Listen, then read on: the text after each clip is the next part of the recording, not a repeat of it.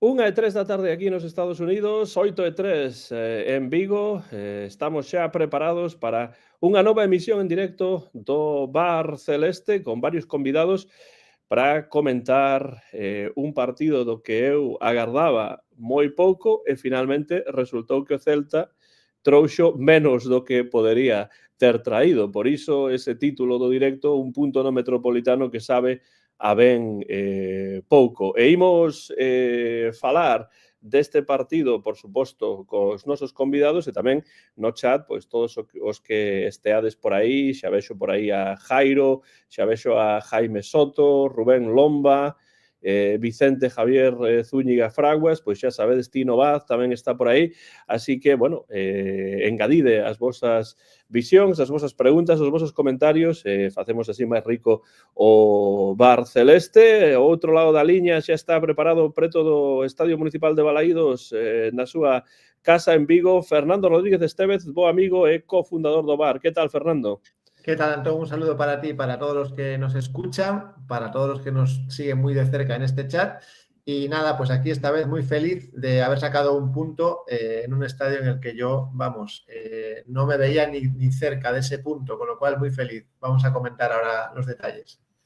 Sí, é dese típico punto que, pois, enfada un pouco cando lle empatan o partido ao Celta, pero despois, co paso do tempo, penso que se pode apreciar máis ese punto. E tamén en Vigo, un celtista de sempre, un celtista que xa leva pasando polo Bar en varias ocasións, é sempre un placer telo aquí, profesor titular de Filoloxía Inglesa na Universidade de Vigo, o noso bo amigo Jorge Luis Bueno. Jorge, como vai todo? E ademais xa vexo que ves ben vestido, precisamente. Hoxe veño preparado para a ocasión. Ben, a cousa vai ben, tes un pouco o que decías, ¿no? Un punto que sabe a pouco, punto que depende do momento do partido, pues tivo mellor sabor. É verdade que cando pasan os días, pues como decía Fer, ¿no? Aprecias ter sacado un punto cando a expectativa era, pues, o mellor non ter sacado nada, ¿no? Pero bueno, comentaremos, porque eu penso que non é o mesmo empezar a rebufo e conseguir empatar, saes cunha sensación distinta que empezar xogando ben, ter ocasións, non marcalas, ter erros, conseguir poñerte ti por diante por primeira vez en moito tempo e despois, pois, cometer uns erros groseiros que, claro, con xente de moita calidade diante de ti, pois, claro, ocasionaron ese empate que, bueno, polo menos fixemos un pouquiño mellor que no partido que xogamos na casa, que xogamos fantásticamente ben e acabamos perdendo. Aquí xogamos, bueno, non tan ben e acabamos rascando un puntiño que sempre é interesante. Pois diso falaremos nuns intres, que se mellore Rubén Lomba, que semella que está aí a ver o programa cun esguince, bo que non partise o pé, o importante é que se recupere o máis axiña posible. A Universidade de Cambridge deixanola durante uns minutos. Estamos a falar, por suposto, de Susi Bugallo. Que tal, Susi? Hola a todos, hola Antón. Pois outro martes máis aquí convosco para comentar este puntiño que bueno, sabe, a mí sábame pouco, pero bueno, sabe ben. E máis sendo fora da casa. Sí, nun campo complicado, nun campo onde normalmente o Celta non rasca moitos puntos e onde o propio Iago Aspas non marcaba ata ese penalti. Preguntáronlle, onde vas meter o penalti? Como vas golpear o penalti? E dixo, a rede. Pois iso é o que tiña que facer e fixo moi ben nesta ocasión Iago Aspas. E no Metropolitano estaba un contertulio que fai o seu debut nesta ocasión, este martes en directo no Bar Celeste, é un seguidor do Celta dende hai ben tempo que, bueno, viviu en diferentes lugares e agora está na capital de España e ali tivo a oportunidade de ver o partido en directo. Martín González, benvido ao Bar Celeste pola primeira, agardo que non única vez. Non, espero que non, depende como saia hoxe. Bueno, hola a todos. Bueno, un placer estar en rigurosísimo directo con estos pelos de ducha. Bueno, os tuve la meus suerte non de están estar moito en el mellores, non son de Metropolitano. ducha, así que... Así. Y bueno, lo que comentabais, un punto que se puede ver, un punto con el vaso medio lleno, medio vacío, lo comentaremos ahora. No he visto el Celta inoperante de otros partidos fuera de casa, como en Butarque, pero también es verdad que ha sido condicional el partido por la expulsión muy temprana de Pablo Barrios. Creo que la segunda en un mes que ha tenido el pobre. Y bueno, eso, un placer. Bueno, o pobre, pero tamén a entrada tiña sí. a súa dureza. Rojísima clara. Reincidente neste caso. E penso que o Cholo sabía perfectamente porque estaba moi cabreado con el. Como sempre facemos o mesmo cando temos un novo contertulio, pois fálanos un pouco brevemente, Martín, dos teus inicios como seareiro do Real Club Celta de Vigo. Sí, pues me gustaría decir que soy celtista de cuna, como otros muchos. No es tanto así, sí he tenido el carné cuando tenía 10, 11 años, lo saqué con mi padre, soy de la zona de Marín, conozco bien Balaídos, pero cuando de verdad comencé a ser un verdadero seareiro de ir todos los fines de semana a Balaídos, fue pues en la época pre-COVID, viendo los partidos en videollamada con mi padre. Gran celtista era y bueno, heredé su carné y la pasión que él pone en el campo, que era el que más gritaba de toda la grada de Río Baixo. Bueno, pues por esa razón estás aquí no Bar Celeste. Bueno, tengo que preguntaros para comezar pois como valorades o partido, como valorades o punto, vistes algún cambio na actitude do Celta fora da casa? Evidentemente, esa expulsión de Barrios no comezo do encontro, os 6 minutos, pois cambia bastante as cousas, pero cal é a vosa radiografía deste Atlético de Madrid 1, Celta 1? Comezamos con Jorge e despois, cando el remate, que vayan entrando os que desexen comentar. Bueno, pues eu penso que, como dixo Martín, ¿no? Penso que non foi o Celta inoperante de outros partidos, eso sí que é verdade, sobre todo os partidos fora da casa, que sempre as situacións foron distintas. O que pasa que eu sí que penso que levamos un certo tempo cunha dinámica que non somos quen de quitarnos de encima. Dinámicas de sair cun plantexamento, algo pasa no partido, ten que obrigarte a cambiar o plantexamento, tardas en cambialo, o cal non consigues pues, aproveitar o rendemento da situación, cometes bastantes erros, tes moitas oportunidades que non aproveitas, era un partido que se debería de ter, bueno, tal e como foi o desenvolvemento do xogo, unha vez que estaba condicionado pola expulsión, pois houve 2-3 goles que se poderon marcar. O Atlético de Madrid tampouco é que tivera demasiadas ocasións, entón, bueno, era un partido que se puxo máis de cara que noutros momentos, pero que ao final o resultado sempre o mesmo, agradecer un punto que se saca cando non se esperaba nada, esta dinámica de as cousas non saen como un quere que saian, entón temos a semana para aprender, vamos ao seguinte partido e non aprendemos, seguimos a cometer os mesmos erros. Entón estamos cunha dinámica circular que está, bueno, a piques de voltarse un pouquiño perigosa porque, bueno, aínda queda todavía moitas xornadas, a presión pois, se sinte por abaixo e, bueno, aínda que non é para preocuparse, si é para estar, bueno, sorprendido desa dinámica, de que algo sigue a suceder que non conseguimos desbloquear esta espiral, este círculo vicioso no que estamos metidos, máis aló de momentos puntuais ou específicos onde se xoga ben, non? Pero non sabemos moi ben que é o que está a suceder nesta dinámica que se segue a repetir fora, evidentemente, todos os partidos. Na casa, algúns máis que outros, pero, bueno, hai unha dinámica clara que non se sabe moi ben que pasa. O mellor o punto, desde logo. Sí, para min tamén.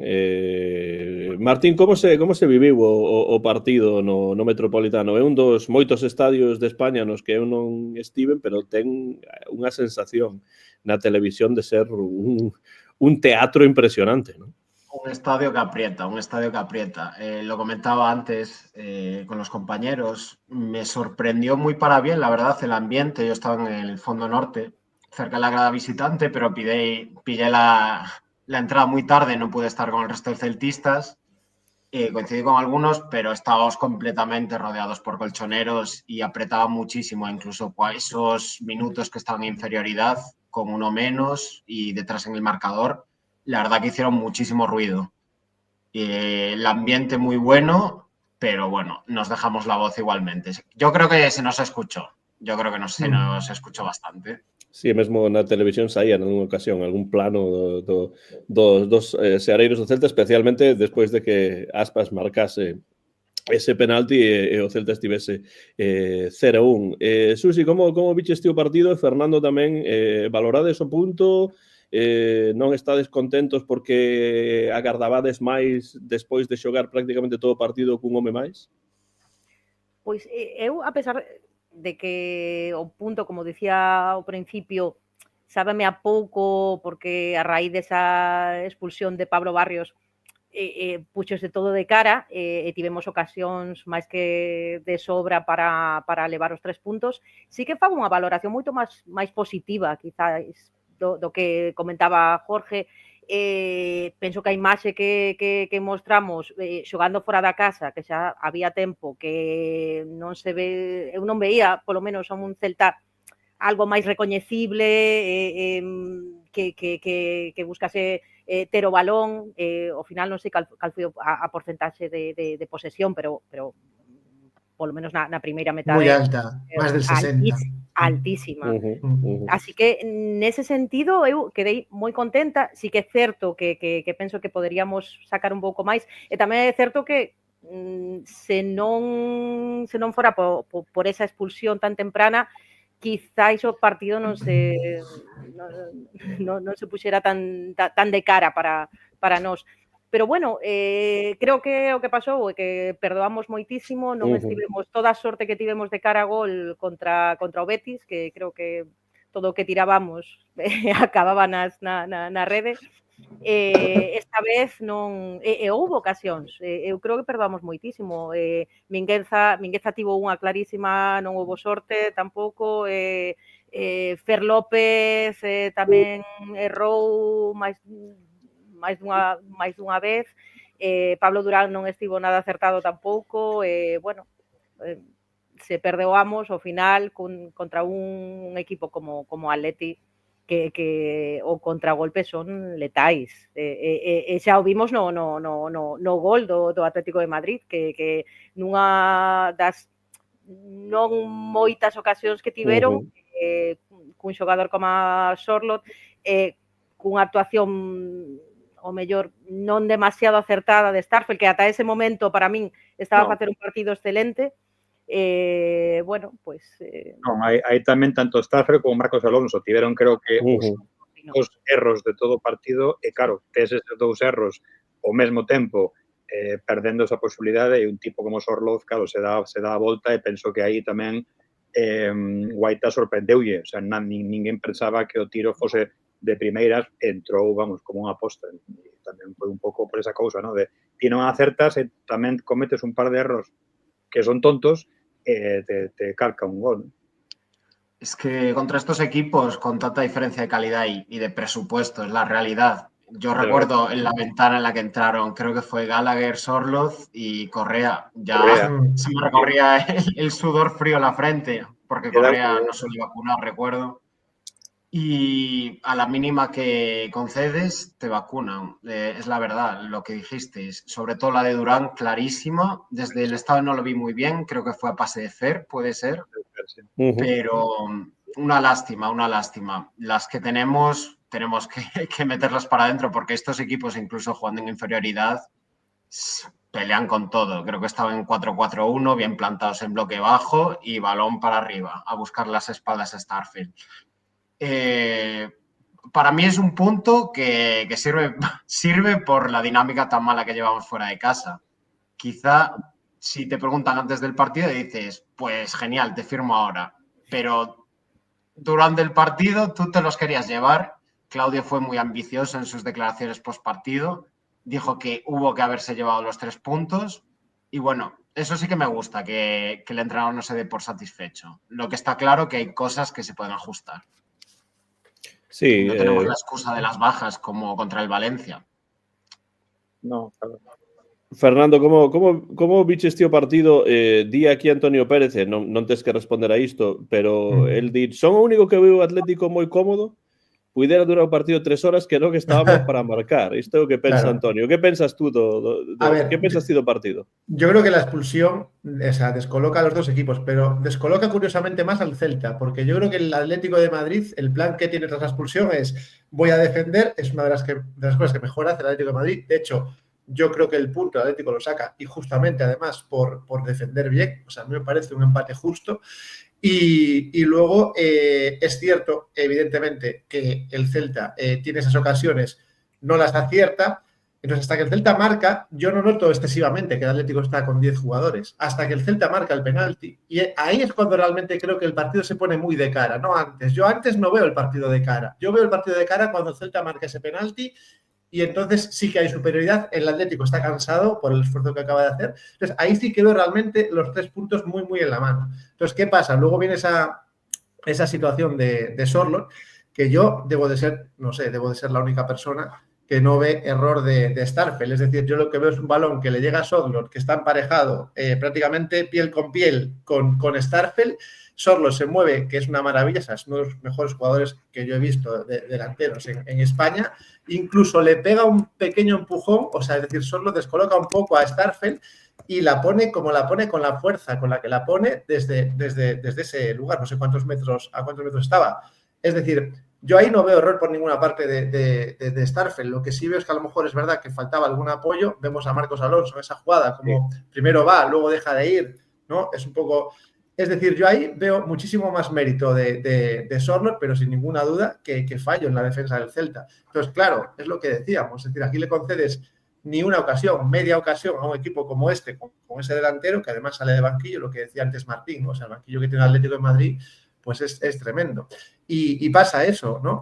Entonces, haciendo un balance general, yo creo que el Celta saca un puntazo, porque es que esto es un puntazo. O sea, a mí me parece un puntazo. Es verdad que tuvimos muy cerca de ganar, pero yo lo valoro, pero vamos, desde que el árbitro pita al final, yo este punto lo valoro de una manera bestial.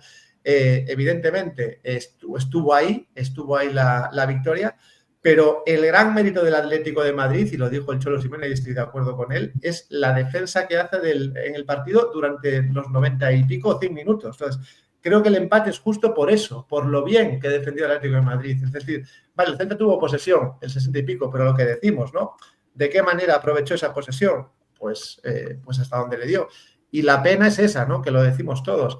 Es no acertar, no te digo con todas, con una ocasión más. Con una ocasión más, ese partido ya estaba resuelto. Sí. Estoy acordando de una de Mingueza, aparte de la de Pablo Durán, hay una de Mingueza en la segunda parte que realmente sí es capaz de controlar bien el balón. Es decir, ese es el final del partido, ¿no? Y me quedo con esa pequeña pena. Pero haciendo un balance general, insisto, me parece un empate justo por lo que hizo el Atlético defensivamente. Sí, realmente isto que comenta Fernando suxíreme unha pregunta.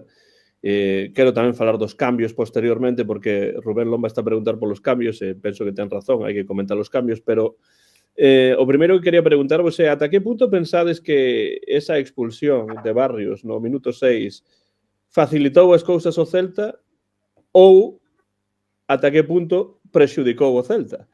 Porque, claro, evidentemente, o Celta vai ter o balón, pero o Atlético de Madrid vai virse atrás, defender, tentar deixar menos espazos, etcétera, etcétera. Entón, nesas situacións o Celta non se sinte tan cómodo como nun partido que sexa máis aberto. Non sei que pensades sobre ese tema. Como non sei ata que punto, pois, un pouco de todo. Eu penso tamén, coincido co que di Fer, eu penso que o Atlético de Madrid reaccionou bastante máis rápido á expulsión do que o fixo o Celta. Eu penso que o Celta estivo xogando como se xogase contra o 11 case toda a primeira parte. O cambio de dibuixo tardou bastante en chegar. E iso tamén foron ocasións perdidas. Creo que non reaccionamos ben. E o Atlético de Madrid, pues claro, reaccionou como unha aposta para pues, facer esa defensa boa, para ter dúas liñas, para un pouco estar ao que dicía Martín antes, a lanzar balóns largos, ter xente que poda pues, dar un contraataque. creo que o Celta seguiu intentando xogar ao mesmo. E claro, desa forma, pois notouse pouco a falta do xogador do outro equipo, non? Penso que un pouco tamén forma parte desta reacción tarde que moitas veces temos, non? En canto a que, bueno, sempre decimos que Claudio é un entrenador que lee moi ben o que está a pasar no campo e consigue, pois, dar solucións. E quizáis neste partido houve un par de momentos onde eu non o vin tan claro, non tan reaccionando dun xeito tan rápido, non? Como mellor, pois, se tivera que ter feito. Sí, yo estoy de acuerdo. Desde el campo me fijé que hasta el 30 y muchos realmente no generamos tanto peligro. O casi 40. Por ahí. Sí, coincidió quizá con el cambio de Carlos por Mingueza. Recordamos, Carlos ya estaba cargado de amarilla. Intentó, bueno, eso, descargar balones hecho a Marcos hacia atrás, ¿no? Al central izquierdo, subió a Mingueza y desde entonces a percutir por banda. Todo el mundo buscando a Mingueza y a Fer, que bueno, Fer, partido muy destacable para mí de Fer y que ya se nota que los compañeros saben que pasa por él la magia y se le veía que estaba bastante cómodo para llevar 2 ratitos en primera. Pero sí, eso, lo que comentabais, que realmente el Atlético se sintió bastante cómodo y que a mí no me dio tanto la sensación hasta que comenzó el cansancio y las piernas ya les podían un poquito. En la segunda mitad no daba esa sensación de superioridad por parte del Celta, desde luego. También hay que recordar que el Atlético no ha perdido aún en su casa en lo que lleva de temporada. Es un bastión. Di Rubén Lomba que o Celta cambiou de formación tras a expulsión metendo a Mingueza por Charlie, pero eu penso que iso tivo máis que ver, non? Co cartón amarelo claro. que tiña o xogador do Celta ca con un cambio de formación directamente. Penso que non tería ocorrido ese cambio tan cedo se non fose polo cartón amarelo, non? Penso que comentou Claudio no postpartido sí. Que foi ese o motivo polo que se fixo o cambio, non máis que por un cambio de esquema táctico por ese cartón amarelo que bueno, que creo que o Atlético de Madrid pedía revisión e que pudera ser cartón vermello, eu penso que non o era, pero bueno, parece unha acertada decisión de non arriscar esa posible segunda amarela, así que bueno. É un típico cambio deses do fútbol moderno, non? Sobre todo deste fútbol de agora que hai tanta presión cara aos árbitros que ás veces un pensa, bueno, como o Atlético quedou cun menos, pois xa verá un xeito de compensar, non? Pero hai que decir que Martínez Munuera, non? Penso que era o árbitro. Moi buen arbitraje, moi buen arbitraje. moi positiva. Penso que fixo o que tiña que facer.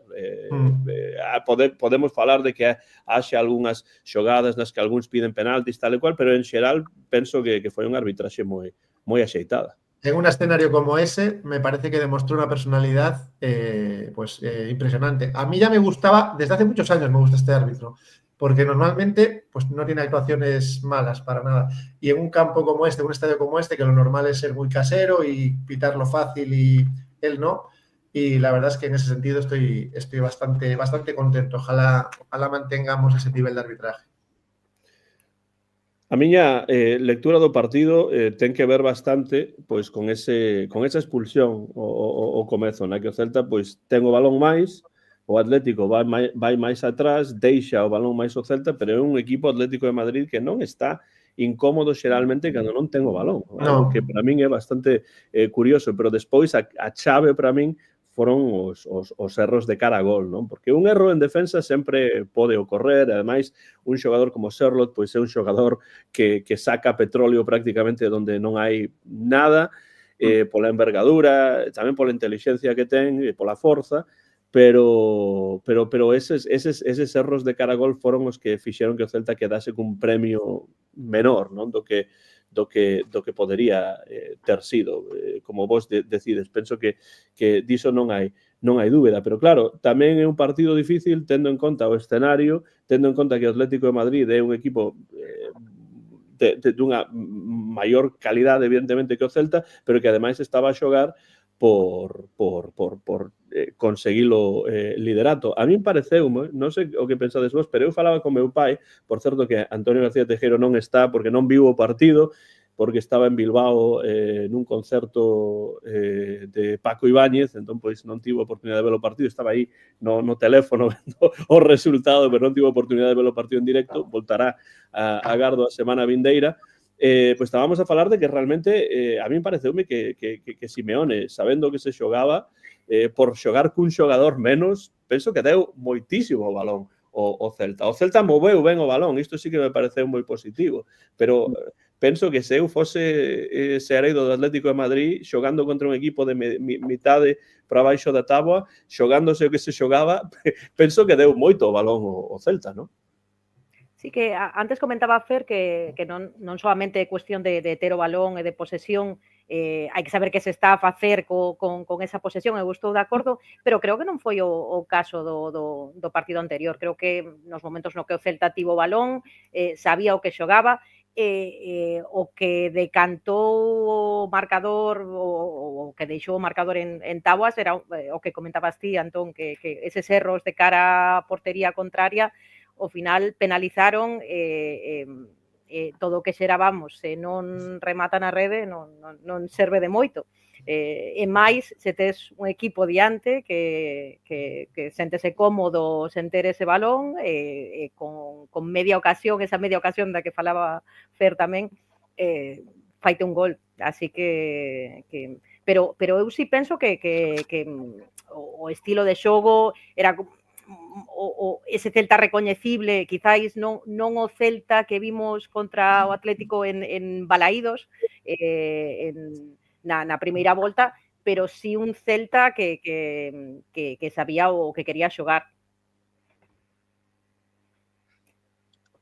A mí me gustaría recalcar, de hecho, lo que decíais, que, bueno, después del 1-1, al menos yo creo que sí que defendimos bien con balón y no nos vinimos abajo, porque recuerdo otras temporadas en las que quizás nos entrase ya el tembleque en las piernas y ahí nos sentenciase el Atlético. Como pasó en la ida, creo que fue en el 88-89, que les cayó un balón, no saben ni cómo, y se llevaron los 3 puntos de Balaídos. Un centro de Griezmann, sí. Vi que mantuvieron el tipo y bueno, aunque un equipo tan joven se agradece, son experiencias vitales, imagino, y que les ayudará a crecer.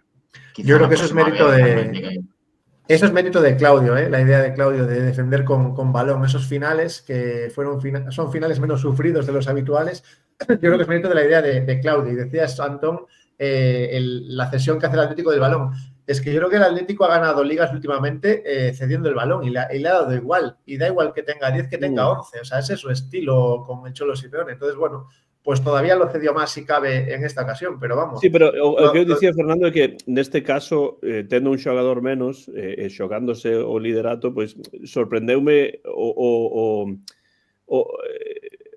o nivel de entrega de balón, o contrario a cantidade, non, de posesión que tivo o Celta, porque realmente a diferencia era só un xogador nun equipo que evidentemente ten moitísimo máis calidade que o propio Celta, que está a xogar na casa con 55, 60.000 persoas nas bancadas.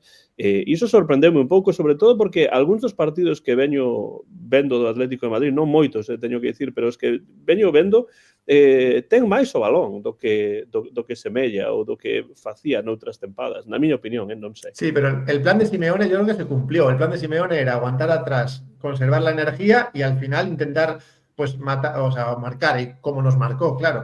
Lo que no contaba Simeone es que nos adelantáramos a lo mejor antes nosotros, ¿no? Entonces yo creo que contaba con ganar el partido de la manera en que lo empató. Simeone contaba con ganarlo. Entonces, bueno, pues por lo menos lo empató, pero el enfado, y aprovecho para decirlo, ¿no? O sea, un entrenador que no sabe ni ganar, ni perder, ni empatar, ¿no? Y lo volvió a demostrar con su actitud al final del partido. O sea, es un entrenador que siempre ha sido así, por eso a mí no me cae nada bien.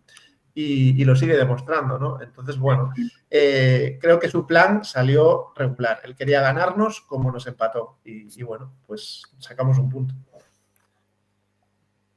Aproveito para meter a pregunta que facía xa hai uns minutos Rubén Lomba. Como valorades os trocos, non? Evidentemente, penso que o primeiro troco de Carlos Domínguez fora para que entre Mingueza ten que ver con ese cartón, pero a partir de aí, na segunda metade, como vedes os cambios? Que di de Claudio Giraldez como entrenador neste partido en particular o tipo de cambios que fixo? Pensades que foi a gañar o partido? Quizáis non tanto? Gustaron vos os cambios ou non? A min sí, eu creo que volveu un pouco ese Claudio intervencionista ao que nos tiña acostumado, que desapareceu un pouco, pode ser, nas últimas semanas. Tería que verificar os cambios, pero creo que foron Borja e Likes, Mingueza, Iago.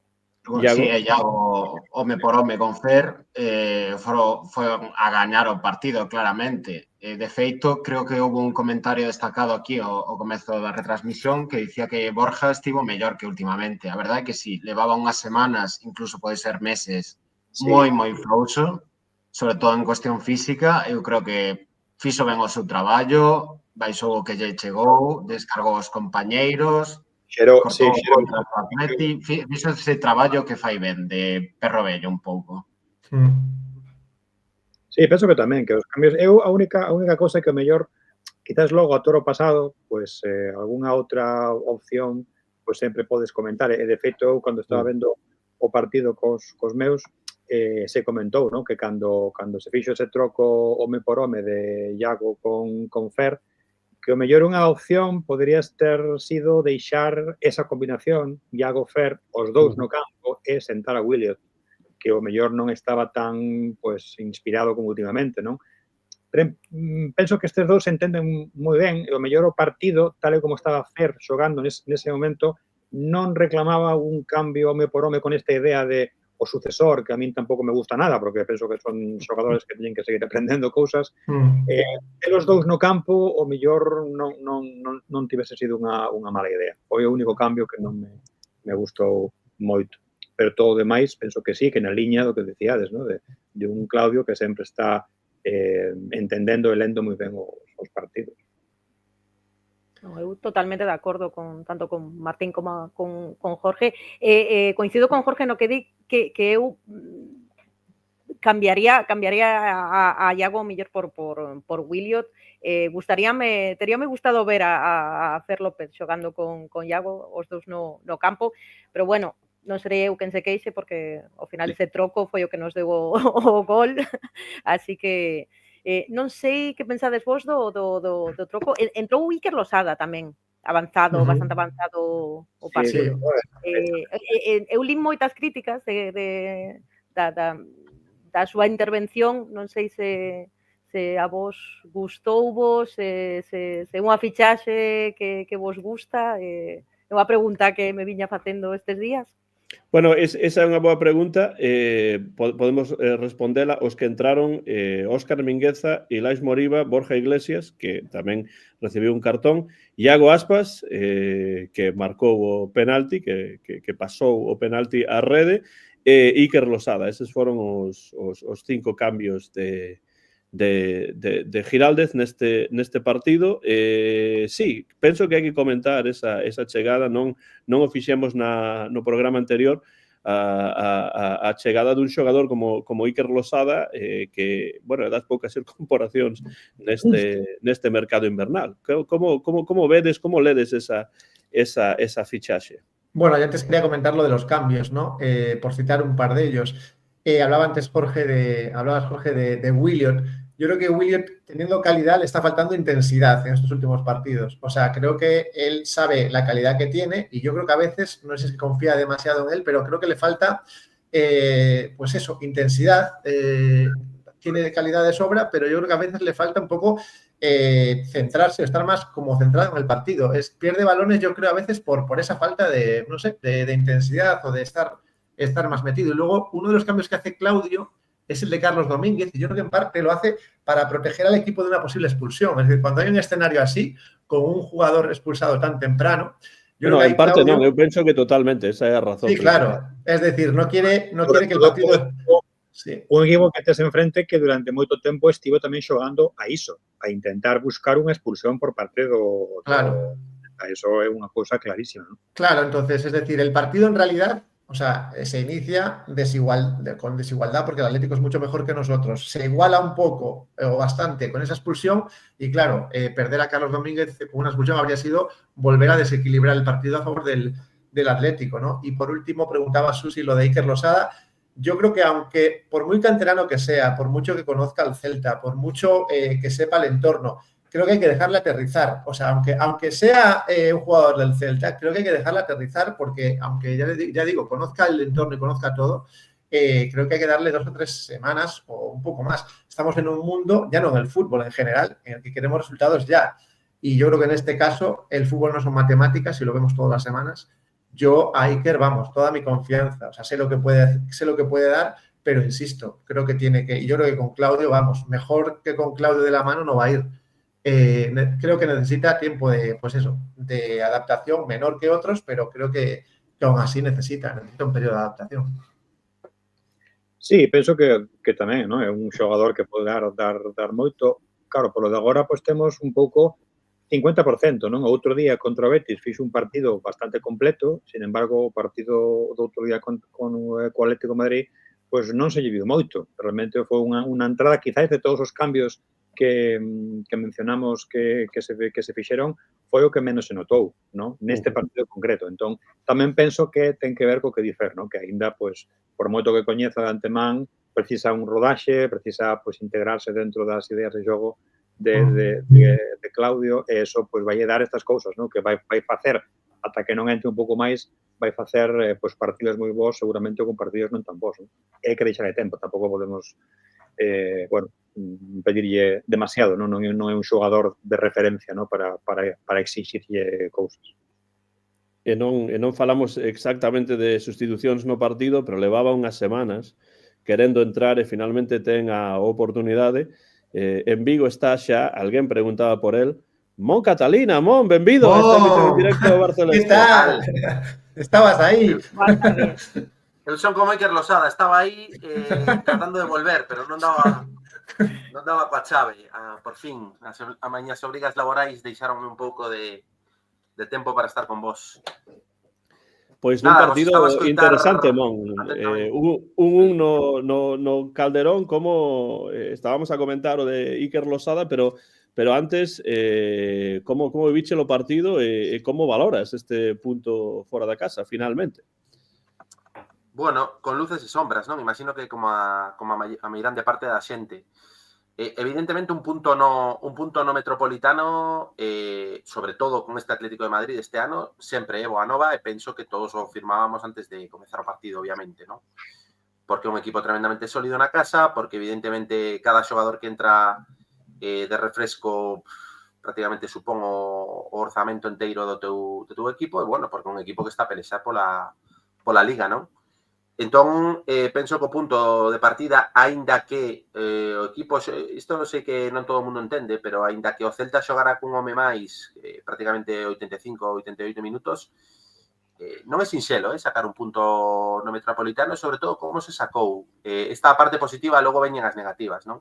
Se sacou sendo protagonista o Celta dentro do principio ata o final. Non é sinxelo porque o Bayer Leverkusen non o fixo en Champions, xogou moitísimos minutos cun xogador menos, non foi quen de prácticamente xenerar ocasións no Metropolitano, en unha destas contras do Atlético de Madrid perdeu o partido. Por lo tanto, hai que poñer en valor non só o punto sacado, senón tamén como se conseguiu, con un Celta moi valente, con a proposta de Claudio Giralde de tira polo partido, de ter o balón, de movelos moitísimo, de cansalos. O propio Simeone dixo que foi un rival complicadísimo para xogar contra un xogador máis, porque é un equipo que se apodera do balón, que che somete, como fai en Balaídos, como xa fixo en Balaídos co Atlético de Madrid, e polo tanto é un equipo cada vez máis recoñecible, non? Que cada vez se solta máis, que cada vez vai atesourando máis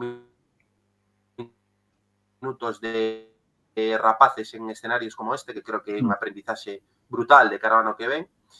Punto de vista moi positivo. O malo é como estamos a recibir os goles, non? Fora de casa. Que outra vez un pelotazo prácticamente sen posibilidades para o rival se convierte nun gol. Parte por la calidad de Sorloth, que é un golazo, e parte tamén por esa mandíbula de cristal que temos, non? Por esa falta de axudas na marcase de Starfelt, que é certo que non está ben Starfelt, pero creo que aí xogando cun xogador máis non podes deixar un para un, me parece un erro de xuventude, que son os erros que está a ter o Celta, creo, fora da casa, ese é o meu diagnóstico. E, bueno, a partir de aí, pois tamén resistimos eses 5-10 minutos, nos que creo que tamén fomos mellores, non nos tremeron as pernas.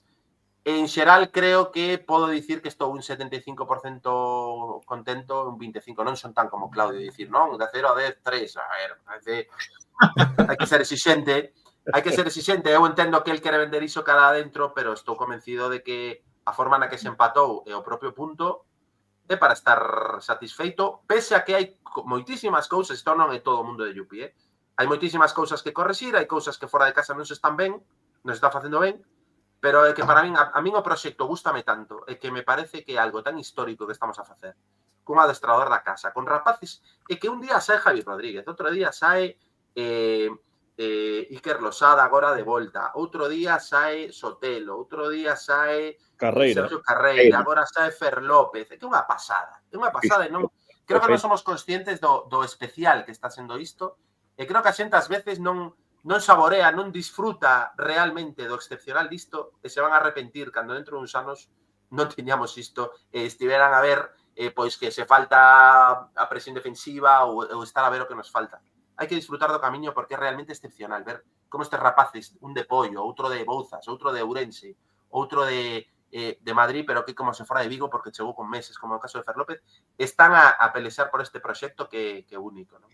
Entón, para min, a lectura xeral é positivísima, a pesar de que hai cousas, evidentemente, que hai que mollar como tipo, que creo que Claudio Giraldez está no camiño, non? Sacan por aquí no VAR a cuestión da portería. Supoño que non será especificamente por este partido, non? Porque noutros partidos vin a Guaita un pouco máis feble, un pouco máis indeciso, pero bueno, creo que é un tema importante, non, Jorge? Dame as noticias que lín esta semana, porque un día saen dúas noticias de estamos mirando opcións para fichar un portero de garantías, e onte saía outra de estamos falando xa para renovar a Guaita. Eso, a verdade, a mí me dá medo. A ver, depende. Se lle damos un ano máis a Guaita para que se esa competición dun posible novo porteiro ou se para ser o titular indiscutible, porque o contexto cambia. Se cunha rebaixa salarial, pero é que se lle nota un baixo. Se rebaixa e traes outro, de futuro non diría nada, pero claro, é que o que dicían as novas era que non, que se aposta por Guaita como titular do equipo para o ano que ven. No, yo lo dije el otro día, lo tengo clarísimo. Guaita nos ha ayudado muchísimo desde que llegó, nos va a ayudar hasta junio o mayo, que acaba la liga, pero hay señales que a mí me indican que claramente no se puede renovar a Guaita. Ya hay señales de que este verano hay que ponerse en serio, no a última hora, sino ponerse el 1 de junio a buscar un portero o dos, ojo, uno o dos, y esa portería que nos olvidemos de ella durante 5 o 10 años. O sea, el objetivo es olvidarse de la portería. Coñecendo a directiva, Fernando, terá que ser 2 pro prezo dun, porque senón bueno, dudo que... Pues digo, mínimo 1. Si pueden ser 2 sería fantástico, pero hay que olvidarse de la portería durante años, es decir, no debatir de la portería cada año, porque eso es mala señal. Entonces, Guaita, como dije el otro día, vino a última hora de mercado, fue un buen fichaje, insisto, nos ha ayudado mucho y yo lo he destacado aquí, de hecho le he dado puntos alguna vez, nos va a ayudar mucho de aquí al final, porque nadie niega la calidad que tiene, pero hay señales en partidos muy concretos que me dicen que hasta aquí Guaita, ¿no? Que hasta mayo Guaita. Desde luego, es que ya no es solo la edad, yo creo que se le nota bastante las molestias en el hombro, creo que en el hombro derecho, cada vez que le lanzan un balón por debajo, cuando se tira, ya se le van notando ciertas costuras y lo que decías tú, Fer, tanto a nivel deportivo como extradeportivo, creo que la contribución de Guaita, chapó el tiempo que ha estado aquí, pero que ya y es lo hora que de nos que va a dar. Sí, pero es hora de que el club ya vaya explorando otras opciones, deberían estar más que exploradas ya. No sé si un Leo Román, un portero del este de Europa, pero algo habría que ir trayendo ya, porque llevamos años acusando. Es que es una posición fundamental, si no es la más importante del fútbol, se acerca. Y todos los equipos de primera están muy, muy bien en la portería y deberíamos ser nosotros igual o mejor. Eu penso que esa é un pouco a diferencia, que empezase a ver unha calidade nos porteiros do resto dos equipos, pero non somente nos porteiros dos 3 primeiros clasificados, empezas a ver quen está na portería da maioría dos contrincantes, salvan partidos. Penso que iso é algo que quizáis non culpabilizo a ningún dos porteiros que fora Guaita, fora Iván Villar, dos resultados negativos que puidera ter o Celta, pero bueno, sí que un porteiro como o Black pode marcar a diferencia moitas veces. Bueno, non é o caso, non houbo épocas que no Celta había esa figura de porteiro que aportaba unha seguridade brutal, pero hai tempo que non ven sendo así. A ver que pasa de cara á próxima tempada. Eu espero que sí, que se reforce, pero bueno, veremos. Mon, que pensas ti do asunto portería? Que levas tempo sen pasar por aquí, entón non tiveches a oportunidade de falar sobre este tema.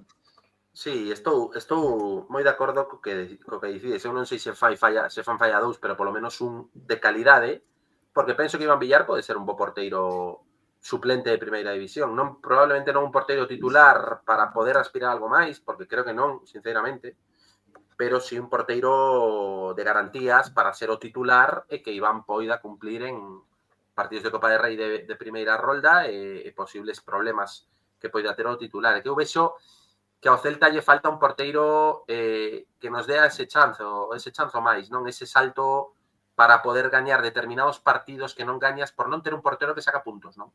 Porque prácticamente balón que ocasión clara que teñen os rivais, ocasión que é gol. Non é achacable a Guaita. Probablemente non sexan achacables a Guaita, pero sí que de cando en vez faga unha parada que che dea puntos, non? Que aí é onde está a diferencia. Probablemente outro día o disparo de Sorloth pois pode ser imparable, sí, pero mellor é que un porteiro do nivel de Mamardashvili ou de Grave, que son equipos que están aí cos mesmos objetivos que o Celta, ou incluso menos, meten unha man aí e tes 3 puntos. Contra o Betis igual o mesmo, non son erros clamorosos, porque non son erros de dicir este capó, o novo capó, pero son porteiros que non se están a dar puntos, non? Entón, eu penso que a diferencia entre estar 13º e 14º e poder pelexar polo 8º está ás veces nun porteiro que che dá eses 6-7 puntos a estas alturas, non? Que a causa é esa, eu penso que temos que incorporarlo por eses motivos, non? Xa que mencionabas o caso de Mamardashvili, hai veces que o Valencia ten perdido partidos 4-0, 5-0 e ninguén ten nada que obxetar a Mamardashvili, porque de feito o mellor salvou outros 5 ou 6 goles, en vez de perder 9-0, pois perdiches 5-0, 4-0. Ese é o noso problema, que o mellor tes ocasións de 4 goles claros e non salvas ni un, son 4 goles que van para dentro. E iso ten pasado moitas veces nesta tempada, non? Quizás, eu penso que sí que é verdade que empeorou o seu rendimento despois dos problemas que tivo, que é verdade que non se tira con firmeza polos temas do ombro, que ten pouca seguridade e que está a facer últimamente un xogo cos pés totalmente nefasto e que está dando pois moito medo e moitas ocasións de esa sensación que moitos defensas tamén teñen, non? Que canto pasan cousas detrás de min pode pasar calquera cousa, non? E iso é importante ter un poquito de garantías, ¿no? Pero también es verdad, Jorge, que ahora que dices, Jorge, lo de jugar con los pies, Guaita lleva 2 o 3 partidos recibiendo unas cesiones que, cuidado, ya no es su culpa, es la culpa del defensa, ¿eh? Le están dando unos balones que le están comprometiendo, ¿eh? Contra el Atlético de Madrid. Sandías, Fernando, sandías. No hablo de sandías, al revés. Digo sandías, que le mandan sandías. Digo que no son sandías, realmente son cesiones muy comprometidas. Claro, a eso me refiro, sí. Pero bueno, eu preguntaba por lo porteiro precisamente porque evidentemente a ser algo que falaremos no verán moitísimo, porque non está clara cal vai ser a situación da portería. Tamén gustaríame saber que pensades do que Iago Aspas pode dar a este Celta no que resta de tempada, porque é unha tempada na que levamos moitos partidos sen Iago Aspas e cun Iago Aspas pois que non pode sair de titular todavía por las razóns que son evidentes, porque non está aínda o 100%, pero que agardades deste Iago Aspas rodeado de canteiráns de aquí o remate da tempada e aproveito, porque como teño que sair uns minutos, teño que ausentarme uns minutos para recoller a miña filla da escola, pois paso a dirección do programa a Fernando e volto nuns intres. Venga, hasta ahora, Antón. A Loguiño. Pues venga, opiniones sobre Aspas. ¿Quién empieza? ¿Puedo empezar yo? Empieza. Dalle, Martín, dalle. Dolle. Vale, pois. Eu creo que segue a ser diferencial, a verdade. Hai xente que comentou que non o veu moi fino no último partido. Eu un pouco contrario. Creo que tivo unha pérdida así un pouco tonta. Algún pase que non chegaba ao seu destinatario, pero en xeral xa o vin un pouquiño máis afinado que últimamente. Creo que non fará falta dosificalo tantísimo como para que xogue 30-35 minutos. Creo que pode ser o contrario, que pode xogar 60-70 e se fai falla que saia do campo. Pero para a idade que ten, a verdade é que segue dando moita guerra. Cos problemas físicos que arrastra, ben sabidos, moitísimo mérito.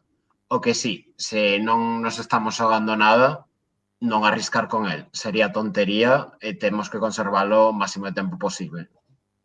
O que dá é moita profundidade, penso. É unha cousa que sempre se nota, non? De feito, se tivemos un pouco de baixón nesa profundidade de xogo, nesa opción de ver os ocos que solamente xente da calidade del ve, pois, ao mellor, eso ímolo notar, non? Se conseguimos que pode xugar, pois iso, en partidos complexos, 50-60 minutos, dando esas opcións e combinándose ben, pois, con toda esta xente nova que é máis rápida, máis veloz e que pode colocarlles balóns moi ben, pois, o mellor, é interesante. Eu, outro día, penso que fixo eso, cambiou un pouquiño, deu profundidade o xogo, meteu o penalti, e tiven un pequeno momento de medo, porque esta tempada sabe que non sei se como entrenador suxeriría ese momento, ¿no? De, hostia, nada máis entrar despois dunha lesión,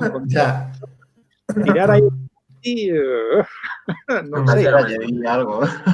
eu non magistralmente, pero, hostia, que este ano hubo 2 ou 3 momentos onde errou bastante dende o punto de penalti e era un momento complexo. Pero sí, penso que sí que vai seguir dando guerra e aportando ese equilibrio, ¿no? Do que falábamos nosotros Bars a toda agora, ¿no? De dar ese equilibrio que pode, pues, darlle moitísimos os novos, ¿no? Totalmente. O certo é que a presencia de Aspas para min sempre é indispensable, pero é certo tamén que é moi positivo ver que xa non temos esa Iago dependencia que viñamos arrastrando dende sempre. Parecía que se non estaba Iago no campo, nada funcionaba, non había esa profundidade da que falaba Jorge, non se creaban ocasións, só chegaba esa maxia no campo cando estaba Iago.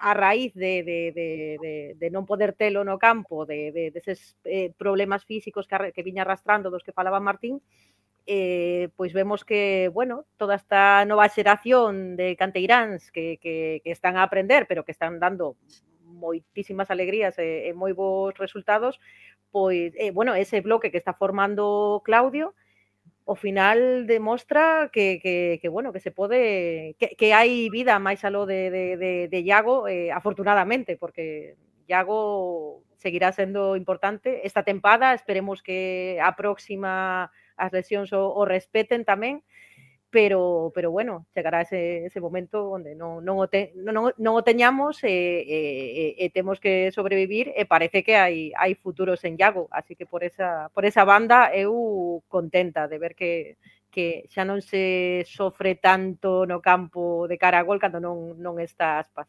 Y Mon, ¿tú cómo ves la vuelta de Aspas ahora? Sí, eu coincido, en xeral coincido con todos vos. Eu matizaría que hai menos Iago dependencia, pero o Celta chega a ser, creo, moito mellor con Iago no campo, porque ten moitos máis recursos o equipo. Pero evidentemente, claro, é que pasa que o tempo vai moi rápido e ao final o día a día, pois, che dá a sensación de que Benítez estivo aquí hai 10 anos, e Benítez estaba aquí hai un ano e pouco. Sí. E con Benítez, cando faltaba Iago era un drama. Non lle gañábamos nin a Valadares. Era unha pasada, lembrade vos. non éramos quen nin de xerar unha ocasión de gol. Parecía que, bueno, que había que resignarse, porque o adestrador así o dicía. Ademais, o dicía un adestrador campeón de Europa, como para llevarlle contra. Sí.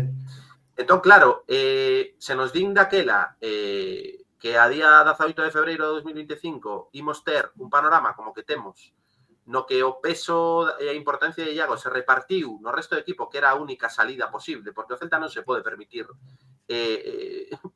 non se pode permitir nin o luxo de intentar buscar un sustituto de Iago, porque Iago xoga no Celta porque é de Moaña, porque celtista porque tivemos esa sorte, non? Pero o nivel de Iago é imposible que un equipo como o Celta poida topar sustituto, non? Entón, ese peso, esa responsabilidade tiña que ser repartida polo colectivo, non? Ese colectivo, se nos din hai un ano e medio que o íamos a topar ao 80% do peso na casa, na Madroa, en Mos, e que fliparíamos, non? E está sendo así.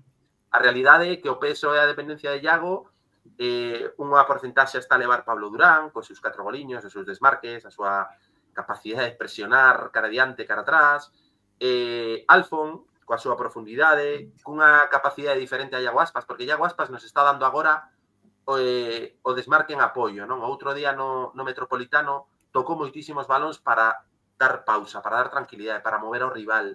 Viña en 2 toques, recibía, ia cara ao centro, do centro cara a banda, viña a apoiar ao lateral, logo saiu Mingueza, asociou con Mingueza. Ten unha inteligencia que non ten ningún xogador do Celta, unha experiencia, unha capacidade que non ten outro xogador. Pero logo sí que é verdade que se reparte, ese peso que el tiña no ataque se está a repartir, porque Borja Iglesias aportou moitísimo tamén co seu traballo de espaldas.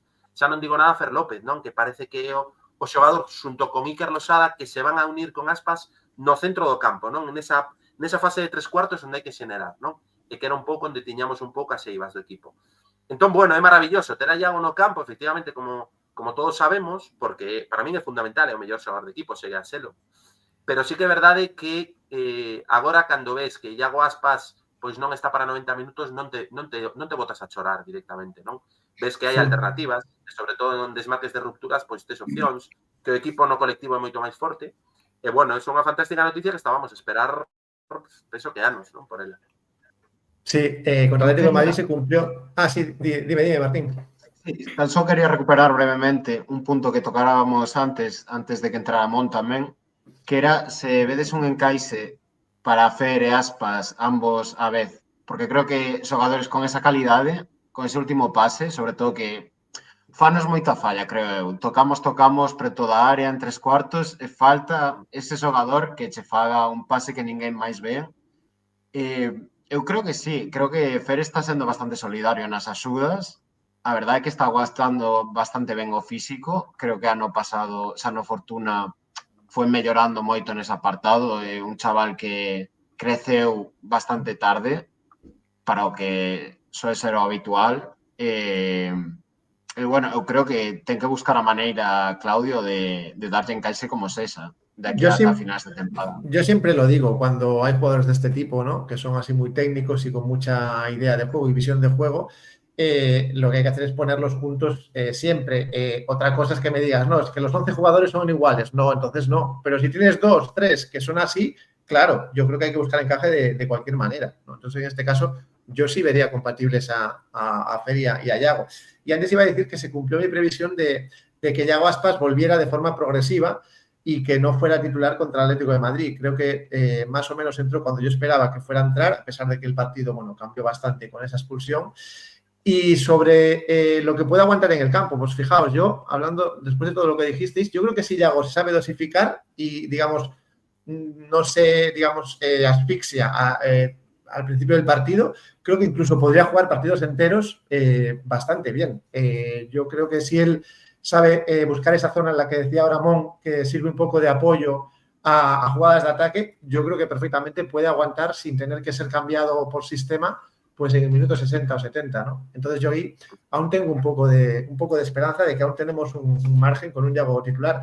Y quería puntualizar lo de los penaltis y, bueno, más que puntualizar, añadirme a la opinión de Jorge, ¿no? Hablar de la forma en que tira los penaltis a Aspas. El otro día lo tira muy bien, pero es verdad que venía de tirarlo de una manera muy concreta siempre, que era despacito y muy esquinado, ¿no? Entonces, esa falló muchos penaltis así. Entonces, claro, yo también tenía muchísimo miedo cuando... De feito, se vos fixedes, cambiou a mecánica do tiro, porque esperou moitísimo ata o final. Sí. Cambiou completamente a mecánica. Hizo una mini paradiña y se para un poco, pero lo que no cambia es un poco como su especie de S, ¿no? Cuando va a tirar el penalti hace ahí como una S. Pero lo que decía, ¿no? La forma de golpear el balón, ¿no? Le gustaba mucho hasta ahora eso de tirarlo muy, muy esquinado, o sea, casi apuntando al palo y suave, ¿no?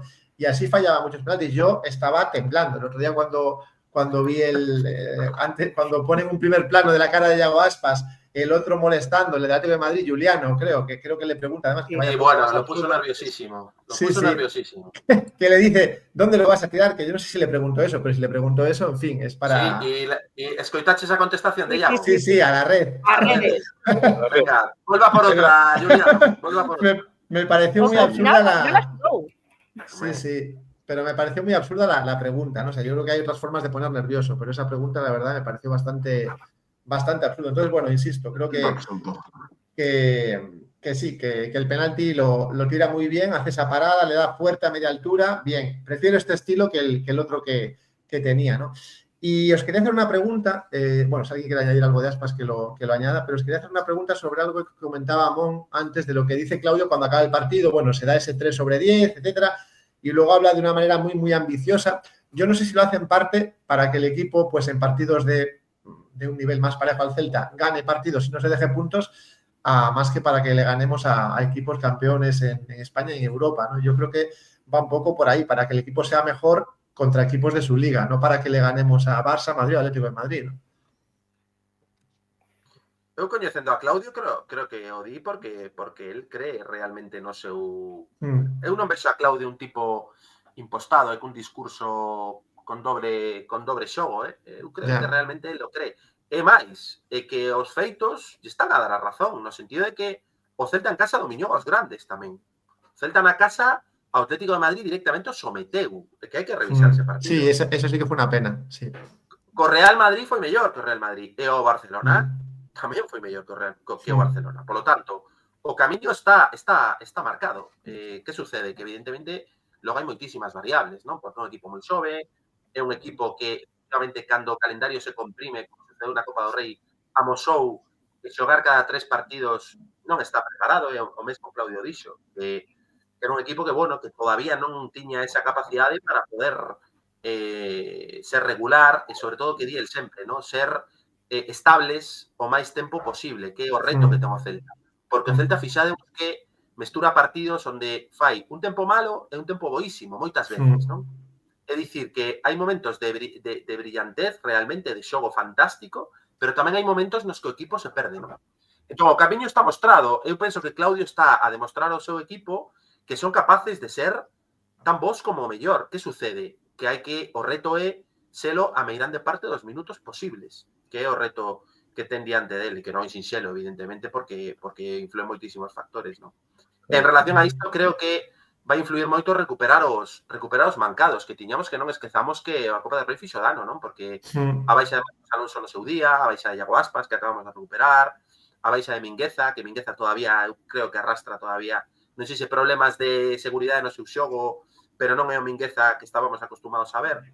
E agora recuperando xente, creo que estamos ante o problema, bendito problema, non? De esa compatibilidade que falaba Martín, non? Entre Fer López e Iago Aspas, que creo que Giraldez o vai resolver dun xeito moi natural, porque el cree moito en madurar os partidos, non? E cree moito tamén nos xogadores que se anden do banquillo.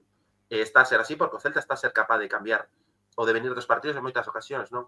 Entón, tampouco hai que volverse tolo porque Iago Aspas e Fer López xoguen dende xa xuntos, titulares, do primeiro minuto, porque vai haber momentos para cambiar os partidos e para que sexa Fer López o encargado de xogar cando os rivais físicamente baixen, porque o Celta xoga moito a iso, a desgastar os rivais, que ao mellor sexa Iago Aspas no minuto 60 como outro día para decir outras cousas. É dicir, eu confío moito na xestión de Claudio, e hai que ir pouco a pouco, tratar de aproveitar agora o calendario, que é bastante favorable, en teoría, sobre o papel, e chegar a un fin de temporada que sexa o máis plácido posible, non? Porque iso para os rapaces sería fantástico.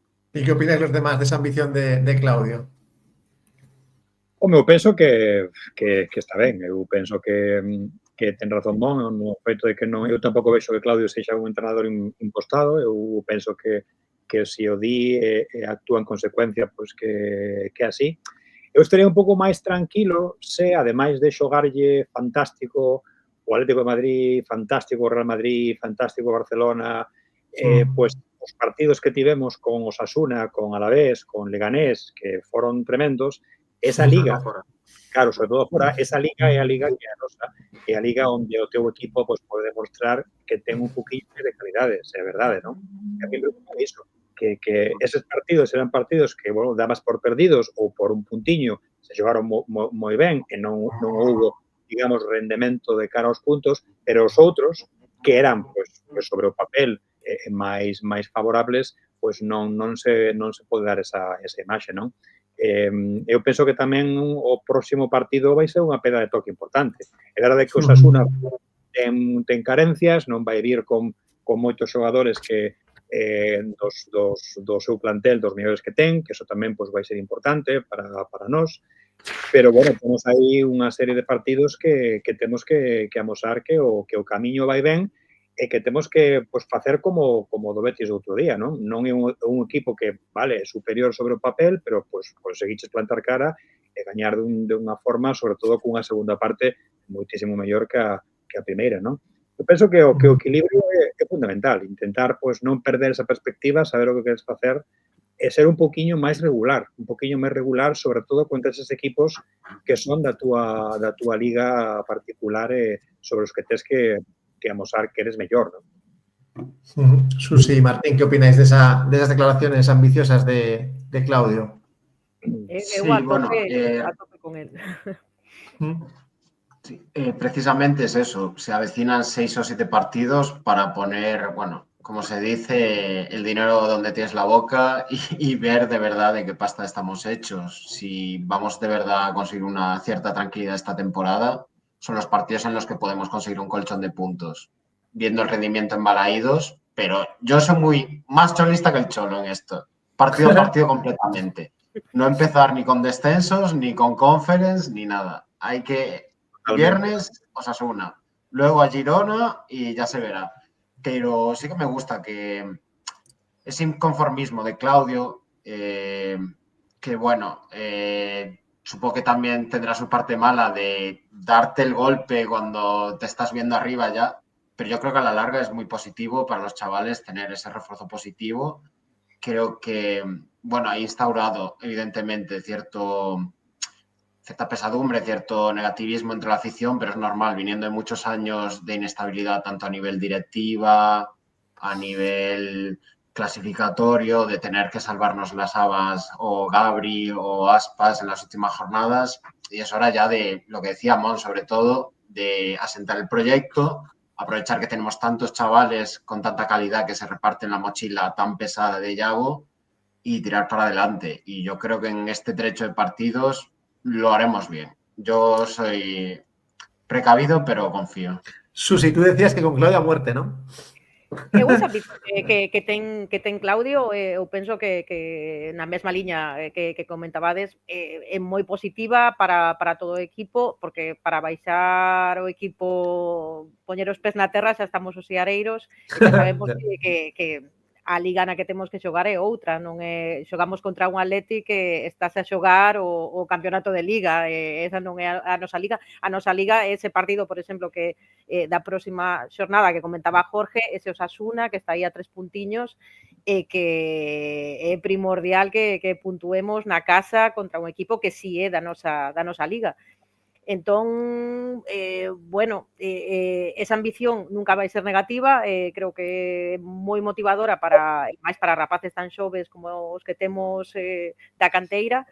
E despois, retomando o que comentaba desa dupla Yago Fer López, por non comentar o mesmo, pero totalmente de acordo co que dicíades, eu penso que poden asociarse perfectamente ben, e retomando tamén o tema de Iker Losada, eu penso que tamén é cedo para valorar a súa o seu traballo no campo e que se lle damos un pouco de tempo, eu auguro que eses 3 xogadores, non sei se Montame o comentaba antes, Iago, Fer e Iker, poden dar moitas alegrías nese último tramo do ataque.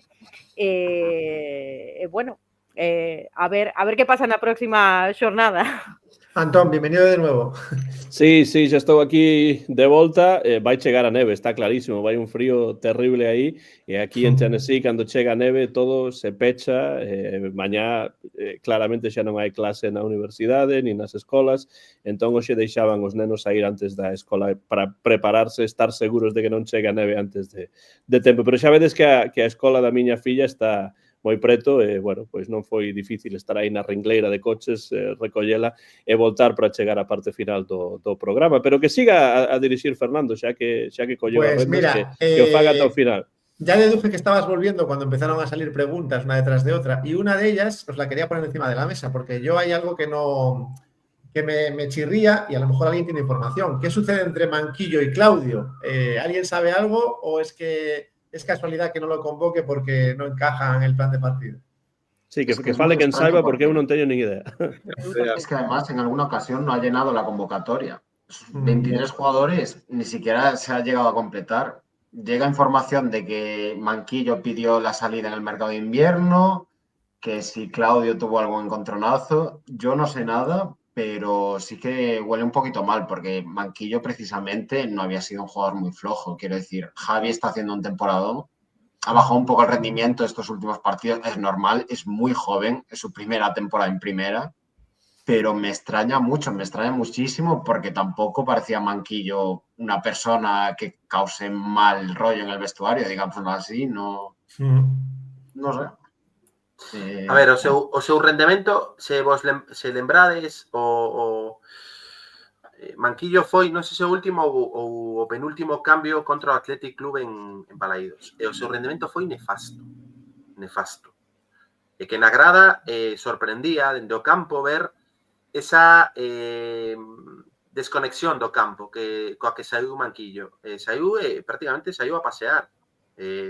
Claro, a diferencia con Javi Rodríguez foi tan notoria. Eu creo que isto Claudio Giraldez o percibiu. É posible que despois do partido Claudio pois recriminase a Manquillo eses minutos lamentables que xogou. De verdade, foi realmente lamentable, que dende a grada se percibía perfectamente a falta de intensidade, a falta de... a diferencia que había de ritmo con respecto aos seus compañeiros cando ele entrou.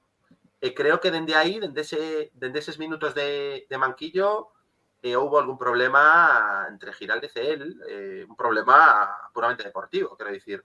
É lógico que Giraldez, despois desas prestacións de Manquillo, falase con el e dicirá unhas cantas cousas, non? Porque realmente o seu rendemento foi pésimo, foi por debaixo do seu nivel. Rendemento e incluso actitude, non? A mí non me gusta falar de actitude, penso que un profesional 99% sae a facer o mellor que sabe, non? Pero creo que non saiu coa tensión necesaria para un partido de primeira división. E a partir desa, pero que lógico, a competitividade para entrar no 11 é tan grande, agora mesmo no Celta, que, chico, se saes a 85% é que non tes opcións. Porque hai xente chamando a porta, pero xa non no primeiro equipo. É que no Fortuna iba a decir unha palabra gruesa, hai peleas por xogar. Por que? Porque saben, e isto constame polas categorías inferiores do Celta, que coñece a xente dentro do clube e tal, porque hai peleas, hai rifas, hai liortas, porque saben que están no escaparate e que Claudio Giraldez necesita o mínimo para chamalos a estar co primeiro equipo para entrar na convocatoria. Fixadevos, Tincho entrou xa en 2 ou 3 convocatorias. Por que? Porque no Celta Fortuna está traballando como un animal, porque o tipo xoga de lateral que parece que o lateral de fútbol sala, porque se come o campo. Entón, no Fortuna hai peleas por entrar no primeiro equipo. Entón, que saia un tipo veterano como Manquillo a pasearse, pois non. No Celta hai 40 xogadores que poden xogar aí. E a mensaxe de Claudio é moi clara ao respecto. E me parece moi ben. Dito xa de paso. Di por aquí Rubén Lomba que tiveron a discusión e Giraldez díxolle márchate días antes do derradeiro día do mercado e engade celtista hasta la médula, pasa o que leva pasando cos veteranos, é máis cómodo levar os rapaces. Bueno, claro, está claro que Dimón pero claro, pasa con aqueles xogadores, supoño, que non están a dar o que o adestrador agarda que dean, non? Eu penso que agora é máis un problema de actitude de rendemento que de veteranía ou de xuventude. O sea, eso está está claro, ¿no? O estábamos a falar da marcha de Dubicas, ¿no? O sea, un tema de actitude completamente, un tema de non dar o que tes que dar no campo completamente. E penso que o caso de Manquillo, salvando as distancias, é un pouco parecido. Quero decir, ese partido foi un detonante, a actitude co Atlético de Bilbao foi bastante lamentable. E claro, se non tiveses opcións ou xente para facer un recambio, pois moi ben. Pero que o que dimón, neste caso, estás a ter moita xente que pode estar mellor e que cando sae, pois, que o dá todo, que dá o 100%. E agora mesmo é o que precisas, ¿no? Xente que dá o 100%, ¿no? E non esquezamos que isto ven de aí o ano pasado, cando estaba Benítez, cando tiñamos aqueles partidos, eu lembro de que todos decíamos que é moito máis interesante ver xogar ao Celta Fortuna que o equipo, ¿no? Sí, todos estamos de acordo con iso, e todos íbamos a Balaídos a ver a xogar ao Celta Fortuna e logo comparabas e decías tú, carallo, é que temos isto mellor hai que facer algo, ¿no? E penso que foi o que sucedeu, que ao final pues, se deron as circunstancias un entrenador que cree nese proxecto e que agora mesmo pues, coincidiron xogadores que teñen unha calidade de futuro, foi o que pasou, ¿no? Se non estás aí ao 100%, pues vas ter problemas, ¿no? É que, vamos a ver, quen se lembra agora de la Torre de Doutor? Non veo un croata, é un brasileiro, é un filipino. Hombre, que coste. Yo he hecho un poquito de menos a Luca de la Torre, pero bueno. Por favor, Fede, tú por qué no sabes de fútbol, hombre. Nada campista. Ti non podes xogar no Oviedo e despois xogar no Sporting. Eso non pode ser. No, ya. Pero eso es Doutor, eso lo hace Doutor. Sí, eso lo hace Doutor. Pero se fora un tema de xuventude frente á veteranía, pois non estarían un Marcos Alonso e un Starfel xogando máis minutos que Carlos Domínguez. Non sería ese caso, non estaría está Fran Beltrán xogando de titular prácticamente indiscutible e non son sempre Hugo Sotelo. Onde está Damián? Así que non é un tema de é máis cómodo levar os canteiras, iso penso eu penso que é un tema de compromiso. Eu creo que con Claudio iso queda clarísimo. O que deixa todo no campo, o que está comprometido co proxecto, vai ter minutos. Non en todos os partidos, seguro, porque ese 11 inicial é unha sorpresa xornada tras xornada, pero vai xogar, estáse a ver. É o nivel, porque é que o xogador Manquillo foi un agasallo seu o gol do Athletic, se non me lembro mal. Por lo tanto, non podes reclamar. Se te pasa Joel Lago pola dereita é porque a competitividade é máxima, chico. É o que hai. Por moi veterano que sexas. Sí. E xa vos hai tanto donde escoller que non mencionamos que neste partido penso que dúas persoas que foron Carreira e Sotelo fixeron dous actuacións bastante meritorias. O sea, Carreira estivo moi ben. Moi ben. Eu penso que foi un dos mellores, se non o mellor do partido do día. Leva bastantes partidos rendendo moi ben. Betis tamén xogou moi ben os minutos que entrou. Foi moi importante. E tamén Sotelo leva 2 partidos moi bons tamén. Partidos seguidos moi bons. A min gústame moitísimo Sotelo. Eu penso que espero que a trayectoria sexa ascendente a partir de agora, porque sí que foi un poquinho irregular, pero a min gustame moito. A mí Sotelo non me decía gran cosa hasta hace 2 semanas. Ahora ya me están diciendo cosas, pero hasta hace 2 semanas Sotelo no lo acaba de ver. Ahora sí que lo estoy viendo.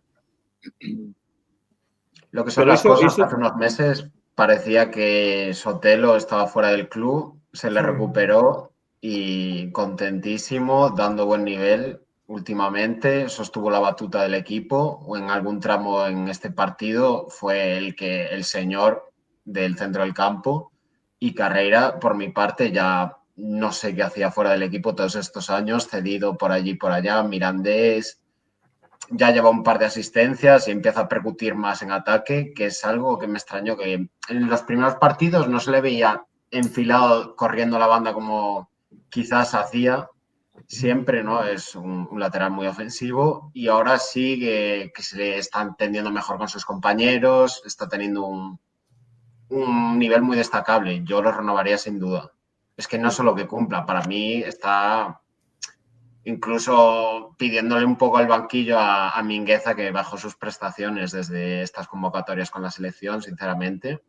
Parece que ya empieza un poco a recuperar el nivel, pero titular ahora mismo, sinceramente. Antón, ¿damos puntos ya, Antón, o no? Sí, podemos dar puntos. Eu que quería simplemente era subliñar que cando falamos dos canteiráns eu sempre digo o mesmo, que hai que ter cuidado cos eloxios e tamén coas críticas, porque son xogadores en construcción en primeira división, xogadores de futuro xa dende o presente, e por iso, cando Ferdi, por exemplo, que tal xogador non me dicía nada ata este partido, bueno, pero é tamén porque chega un momento no que hai xogadores que fan un bo partido, un par de bons partidos, etc. Entón, fixámonos neles, pero tendo en conta a súa idea, tendo en conta tamén a experiencia en primeira que teñen e que van gañando pouco a pouco co paso dos partidos, penso que hai que ter unha certa indulxencia con estes xogadores nos erros e despois tamén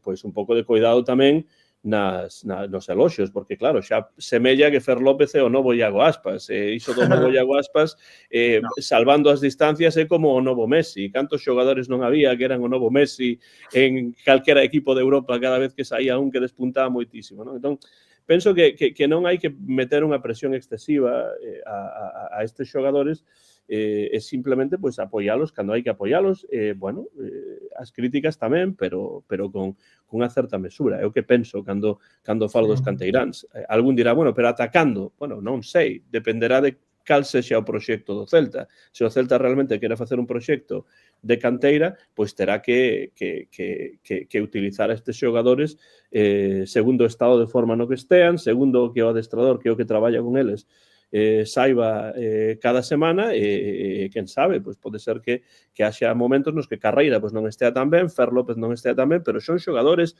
repito, que isto sempre o di Antonio, pero nisto estou moi de acordo con él, son xogadores en construcción todavía, que dan, pero que non andar sempre a ese 100 ou 150%. Eu quero só facer unha reflexión en forma de pregunta.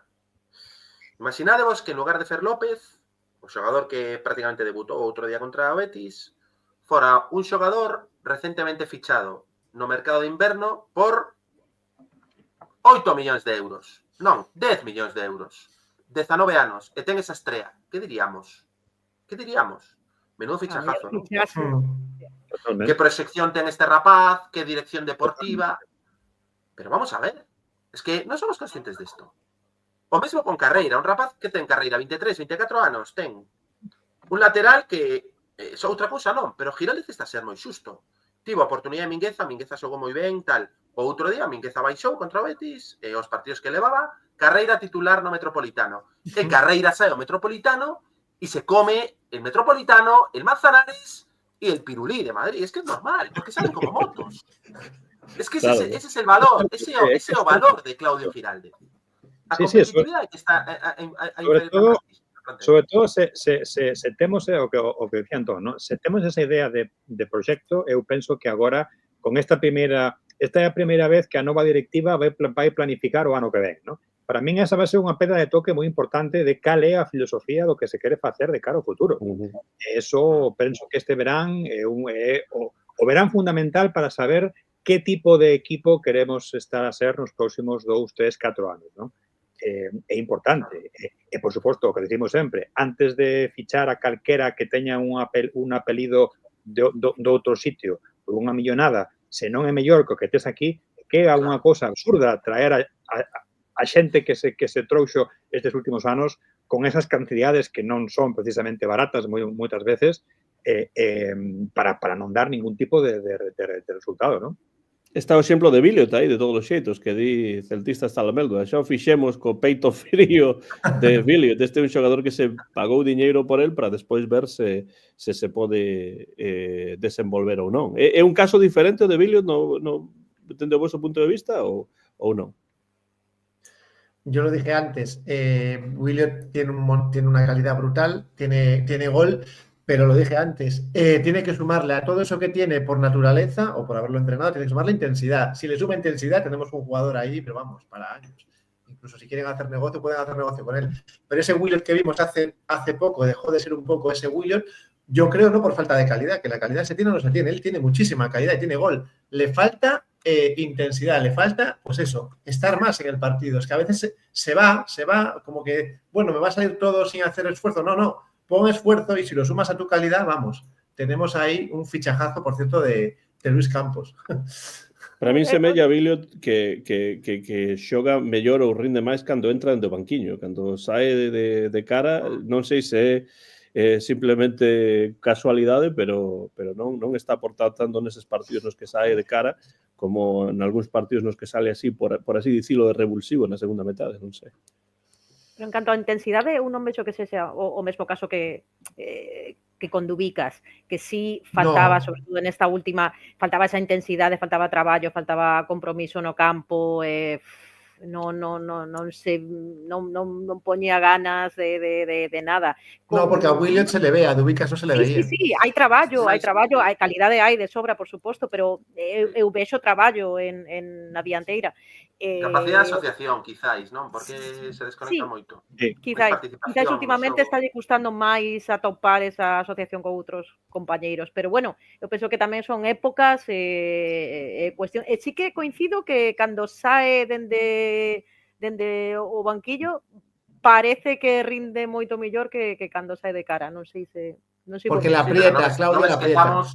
Non esquezamos que ten 20 anos, que ese rapaz ten unha capacidade de mellora todavía, e mellorou moito xa, porque nada ten que ver o Williot de Coudet, cando saía, que se notaba que estaba por facer, a Williot agora que encara, que se atreve, o pasa que isto é pouco a pouco, pero é un xogador moito máis feito físicamente, que ao choque xa vai moito mellor, que regatea, que esconde a pelota, que busca o pase diagonal, que se desmarca moito mellor. Hai que darlle tempo por este rapaz con 22, 23 anos. Se sigue esta evolución, vai ser un rapaz moi aproveitable. Así que hai que xestionalo ben. Iso é precisamente o que dicía aí en absoluto.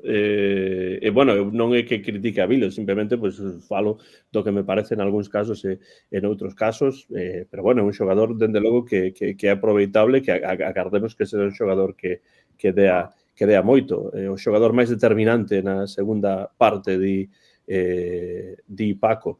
Bueno, Fernando, imos cos puntos ou tes algún tema máis que sacar e poñer sobre a mesa? No, el timón ya lo tienes tú. Yo ya repartí, ahora ya mandas tú. Bueno, pues entón o primeiro que fago así como os non estes, senón os presidentes dos Estados Unidos en xeral, o primeiro día vou facer tal cousa.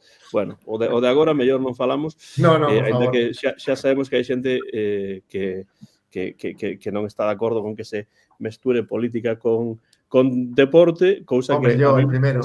Pareceme difícil facer, pero iso é un debate que se podería facer algún día. É moi fácil, Antón, Celeste. É moi fácil. Pero bueno, puntos, non? Imos coas puntuacións deste partido. Quero dicir que no partido anterior os 5 puntos foron para Javi Rodríguez, que sumou moitísimos puntos tanto dos convidados como dos seareiros no chat.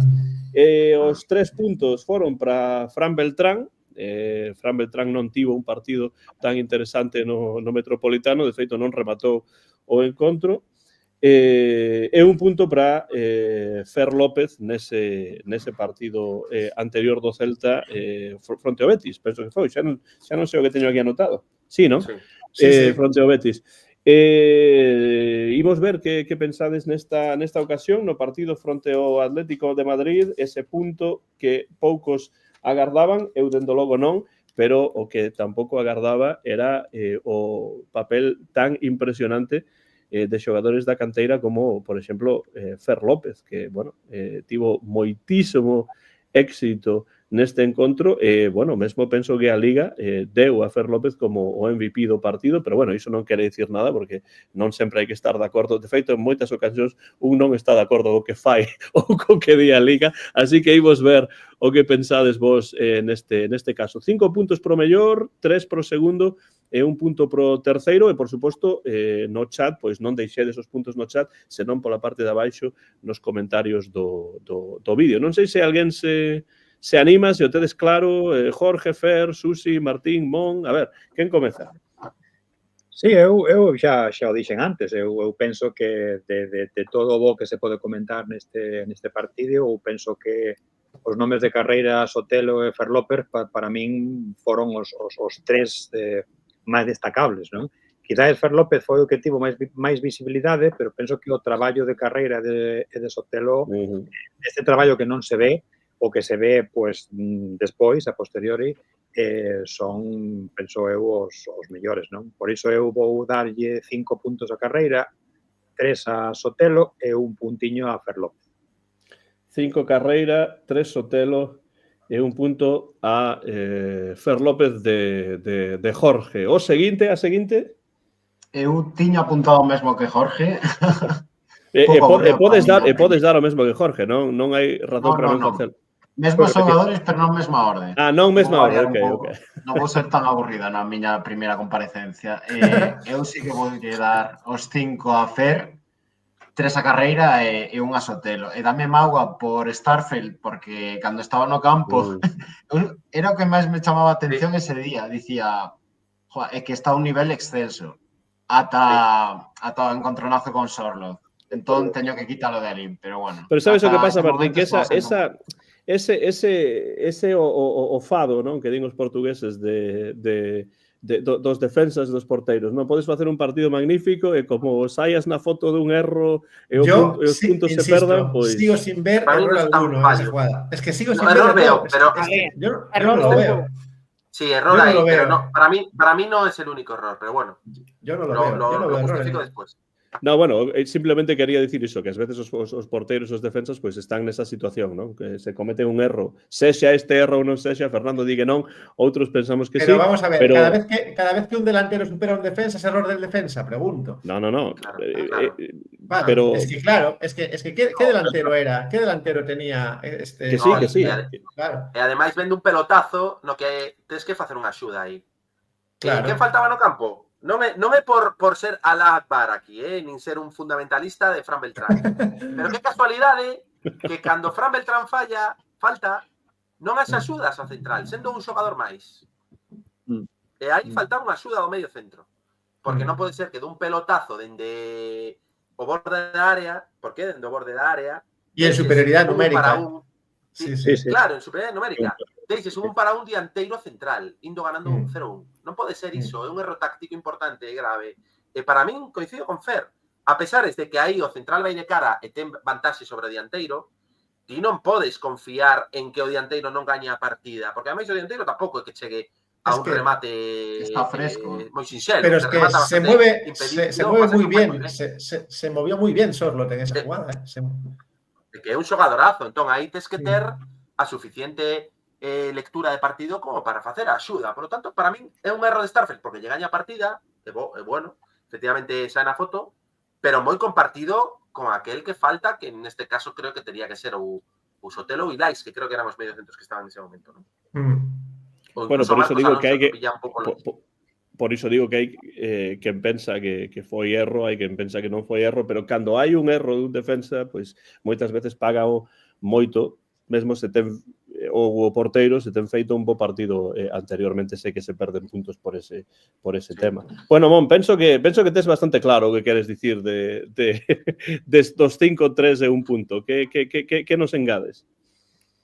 Bueno, a ver, eu vou facer unha votación un pouco estrana, porque non vexo a ninguén merecedor dos 5 puntos, porque non vexo un xogador que pudera dicir estivo brillante, non? Foi un traballo bastante repartido entre todos, non quero dicir con isto que non houbo boas actuacións, que as houbo, pero non alguén que destacara por enriba dos demais, como por exemplo o caso, para min, de Javi Rodríguez contra o Betis, que foi unha exhibición, non? Pareceume que estivo fantástico, tanto atrás como adiante, non? Javi Rodríguez, neste caso, estivo algo impreciso, sobre todo nas entregas atrás, bueno, non estivo ben, pero non estivo tan ben como noutras ocasións, non?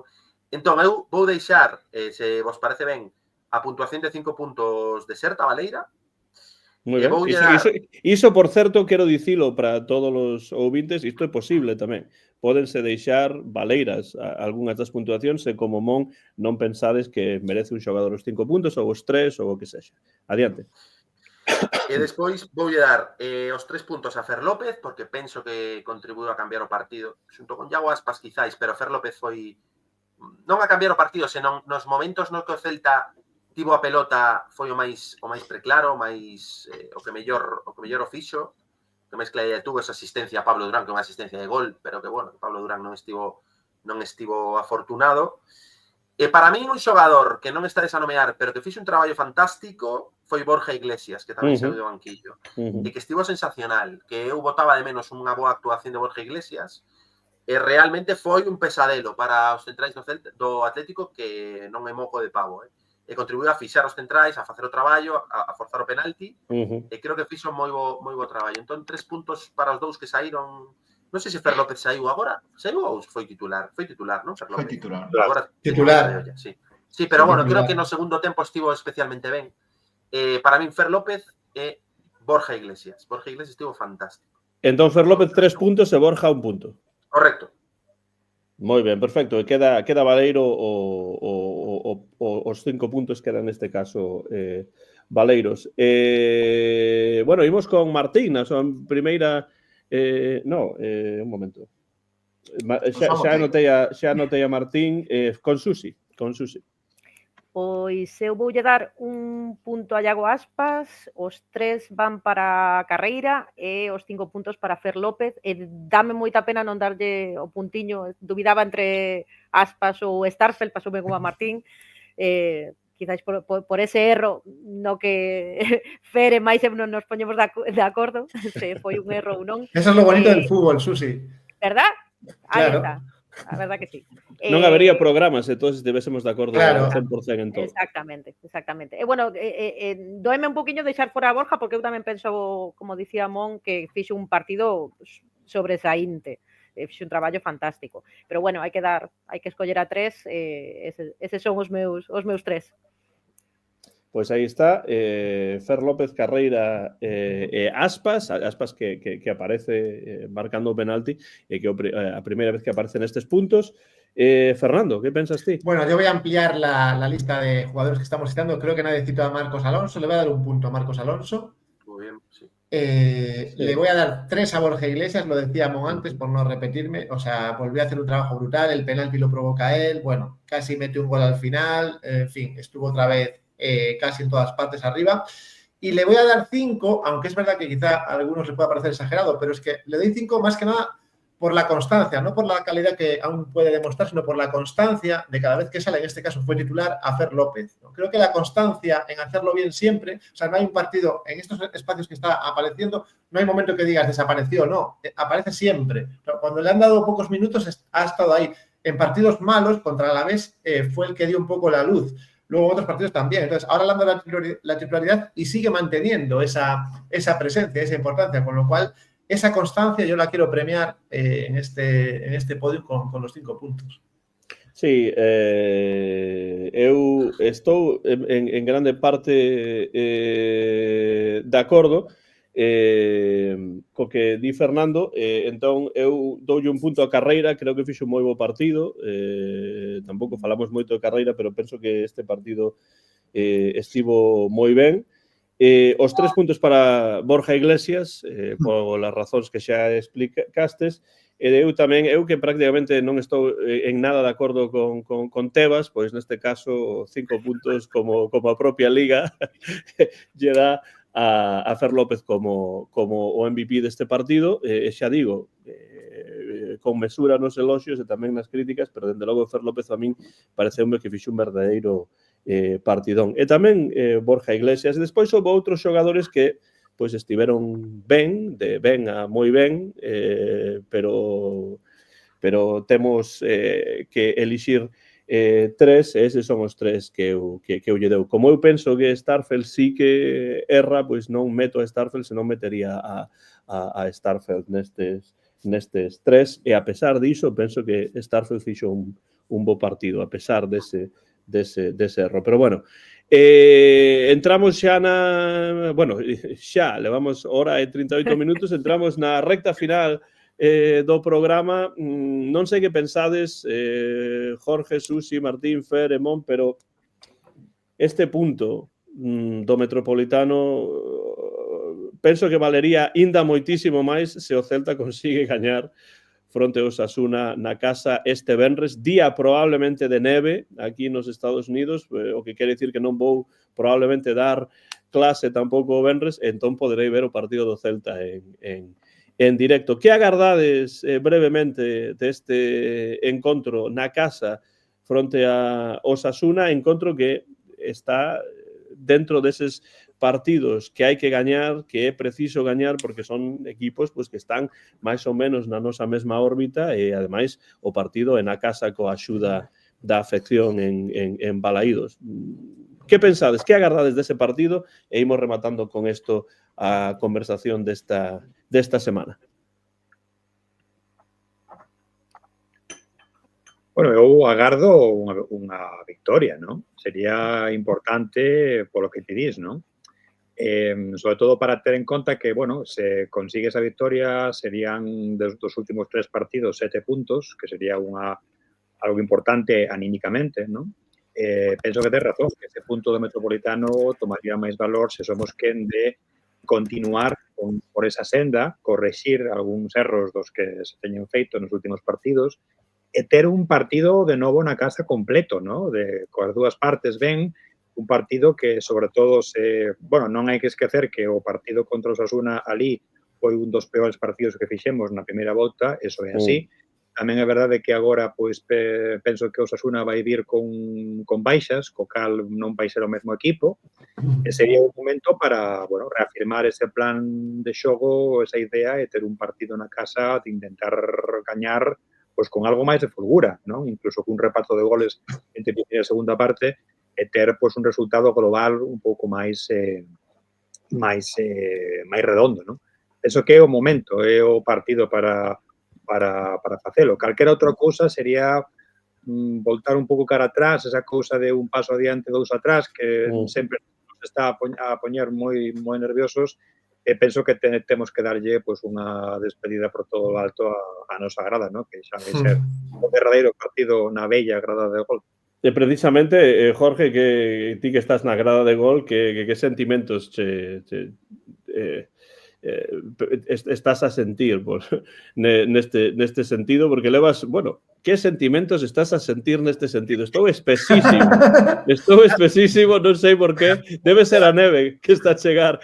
Cales son os sentimentos que tes por esta situación? Interactivo por completo, pois a miña filla xa dixo que se non se bota a chorar que vai ser de sorte, non? Porque está todo o mundo pois co sentimento a flor de pel, sobre todo no seu caso, ¿no? Que dende nena pues, foi a grada na que empezou a ir, e xa pues, ten 16 anos, e, bueno, son, digamos que a grada que a nosa de sempre, e, bueno, ainda que imos voltar, porque escollimos voltar a grada de gol cando este rematada a nova, pois si é verdade pois, que a última, bueno, a derradeira parte, ¿no? do recente, bueno, digamos, do vello Balaídos dos últimos 30 e pico anos, e ten esa idea, ¿no? De que por fin, pues, despois de tantos anos, pues, se vai rematar algo que o mellor pues, tiñamos que ter rematado un pouquiño máis cedo, ¿no? Pero bueno, benvido sexa, esperamos pues, eso, poder despedir cunha boa sensación, ¿no?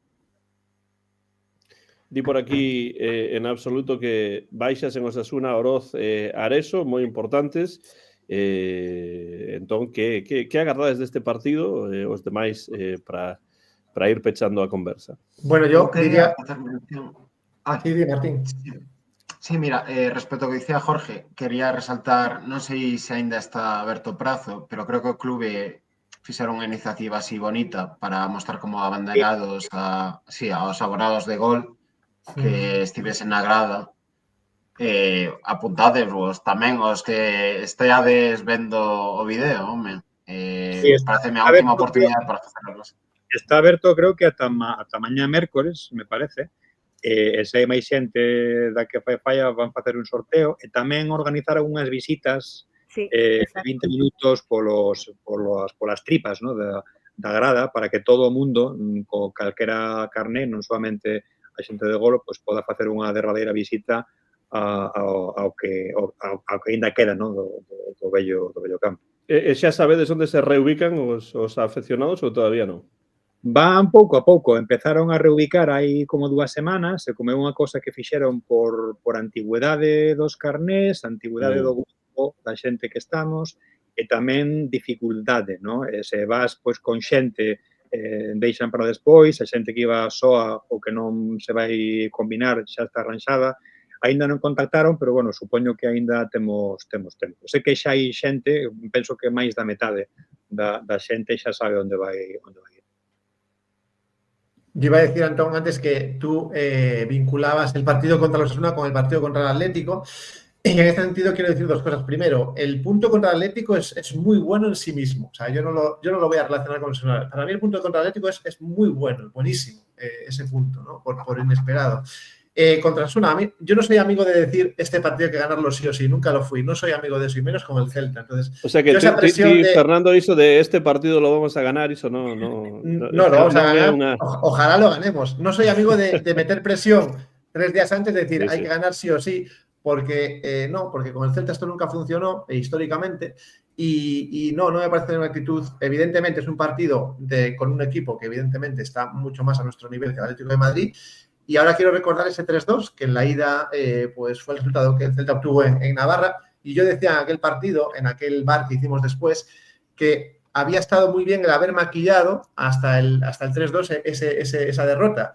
Porque si somos capaces de ganar por 1 o por 2 este partido, que evidentemente hay que demostrarlo, pues el golaveraje particular no se nos escapa. Y quién sabe si el golaveraje particular como Osasuna va a ser importante. Pero insisto, no soy amigo de decir ahora hay que ganar sí o sí para hacer bueno el punto contra el Atlético. No, el punto contra el Atlético es un puntazo. O sea, es un puntazo. Y ahora vamos a ir a por el Osasuna.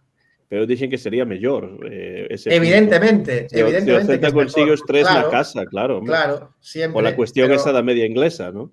Claro, pero quiero decir que yo no lo vinculo. Es decir, yo el partido Atlético lo tenía como un partido que, bueno, que pase rápido y que nos olvidemos del rápido. Pero afortunadamente no ha sido así. Yo tengo dos cosas que decir. Tengo la sensación de que me estoy haciendo mayor, porque cuando veo en la tele a alguien que hace 10 años que no veo, alucino, digo, pero ¿qué le ha pasado? 2 camiones por encima. Claro, porque yo me veo al espejo todos los días. Entonces, claro. Y segunda, me estoy haciendo mayor porque estoy de acuerdo con Fer. Estoy totalmente de acuerdo con Fer. Gracias, Mon, por la parte que me toca. No, de nada. Sabes que cando non o estea, que será o próximo que digas, probablemente, o direi tamén. Pero sí que é verdade que temos esa manía de dicir que é un partido clave que hai que gañar sí o sí, pero se estamos 12º. O partido clave era o de Gabri Veiga contra o Barça. Ese sí que era a vida ou morte. E aí non había máis. Ou unha final, non? Evidentemente. Pero temos... nos gañamos a oportunidade de ter un partido contra o Osasuna, que evidentemente se gañamos, pois vai ser fantástico, porque entramos case máis na pelea en Europa que no descenso, que sería algo fantástico para este proxecto, pero que temos gañado a pulso, tamén polo punto do Metropolitano, pola xeira que levamos en Balaídos, onde somos o 4º mellor equipo, gañamos a pulso a tranquilidade de xogar contra o Osasuna, bueno, pois moito máis tranquilos do que poden estar en Valencia, o sea, te digo, en Valladolid, en Vitoria ou en Valladolid ou en calquera outro lado, claro, por iso digo, non? En Valladolid están tranquilos, pero para mal. Claro, imos disfrutar de que este ano, de momento, porque nunca se sabe, pero estamos a ter esa regularidade que nos leva a estar relativamente tranquilos nesa, que estamos 14 agora, pero con certa marxe, non? E tamén sendo conscientes de que está moi apretada, non? Esa zona media da táboa. Bueno, claro, ten a carga sentimental da grada de gol, vai quedar moi deslucido. Eu estou vendo a previsión prácticamente todos os días, porque vai quedar moi deslucido outra vez pola chuvia, non? Dá moitísima vai chover, pero é unha cousa clásica, porque eu teño que usar a miña valleta unha derradeira vez. Eu teño un charco de auga no meu asento, teño que usala. É así, teño que despedir a miña bailarina oficial que va sempre conmigo. E logo que teremos que facer comentarios de texto, que hai aquí uns cantos expertos para as xuventudes, porque iso de os de goles xenerale que nunca se enteran da festa, Claro, vai ser claro. algo que merece explicación dentro dos anos, non? Porque De feito, esa canción está a ensayar o meu fillo co seu profe de guitarra e preguntoume iso perfectamente. Por que a canción decía o de gol general? E os que tiran almohadiñas e todas estas cousas que lembramos, os que xa levamos máis tiros pegados que, bueno, iba a facer unha comparación que non ven o caso, pero sí que é verdade que ese himno clásico do Celta xa empeza a ser un incunable casi, non? Que merece, pois, en cada liña facer un comentario, porque hai xente que, claro, que non entende a simboloxía que hai detrás, non? Que non se enteran da festa, efectivamente. Podemos facer un bar especial sobre o tema de a roda. Sí, que é realmente para min o verdadeiro himno do Celta, pero bueno, esa xa é unha cuestión máis sentimental. Algún comentario máis sobre o partido ou imos xa coa porra para rematar? Eu o único que vou dicir sobre o partido sei que hai que afianzar a racha en Balaídos. O único que lle pido ao equipo é que comece... Quizáis non esteades de acordo de todo, pero sí que noto certa desconexión nos primeiros intres do partido. Dame a sensación de que incluso con moi boas actuacións na casa, como que nos costa reaccionar un pouco, como que fai falla ir a contracorriente. Espero que seamos un pouco máis sólidos desde o comezo, que, bueno, veñen con baixas, pero todo un Osasuna e bo equipo, veñen con Brian, Budimir, creo que non están nin apercibidos, haberá que dalo todo, pero como a vos, eu confío na vitoria. Creo que podese facer perfectamente. Di, ademais, aquí Rubén Lomba que o 7 vai a Europa, xa que Madrid, Barça e Atlético van gañar a Copa e o oitavo tamén vai a Europa, se os equipos que xogan Europa chegan máis lonxe que os italianos en competicións. Vamos a andar antes de correr, vamos a andar. Xa sei que Fernando non quere falar de Europa, eu tampouco non quero falar de Europa, pero esa é claro, es que es lo de siempre, Se pone nervioso. Claro. No, nervioso no, pero tengo callo. Pero bueno, esperemos. Eu leo simplemente como dato que aí queda... se acuerda de Lotina y Perdona, lo que nos costó. Lotina nos llevó a la Champions, o sea, hay que recordarlo. Y al año siguiente, gracias a esa Champions, nos segunda división. Sí. Por eso lo digo. Claro, precisamente. Susi. Mira, sempre andas dicindo pro ano que ven alguén está a mentar a canción da que estábamos a falar. Sí, pero es máis que do ano que ven temos que falar do partido que ven. Entón imos coa porra time xa para saber que pensades, alguén que se atreva a dicir un resultado para este teño claro, se Celta Osasuna. Dalle. Imos aló.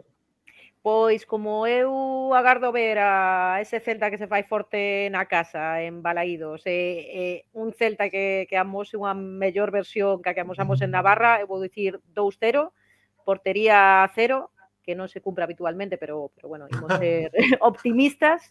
Bueno, 2-0 con goles de Pablo Durán e de Fer López, non porque pense que van marcar, espero que sí, pero bueno, por darlles un empurrón a ver se recuperan un pouquiño a sorte que non tivo Fer López no outro partido e bueno, a non de todo boa actuación que amosou Pablo Durán de cara a gol. Pois a ver se o caso 2-0 di Susi, seguinte. Yo me animo, venga, 2-1, por si me lo roban. 2-1 Fernando, ¿y quién marca? Pues vamos a poner a Fer López. Creo que ya es el momento de que meta un gol después de estas buenas actuaciones. Y Iago Aspas, venga. Fer López e Iago Aspas, que marcaría outra vez, porque o penalti marcou no el. Jorge, que pensas ti? Pois eu dou un chisquillo máis, porque eu penso que non imos ter a portería cero, o sea, sería pues, dar un cambio que o mellor pues, aínda non está, pero eu penso que en vez de 2 imos marcar 3. Vou ser optimista, eu penso que pode ser un partido para marcar un gol na primeira parte ou 2 e outro na segunda parte.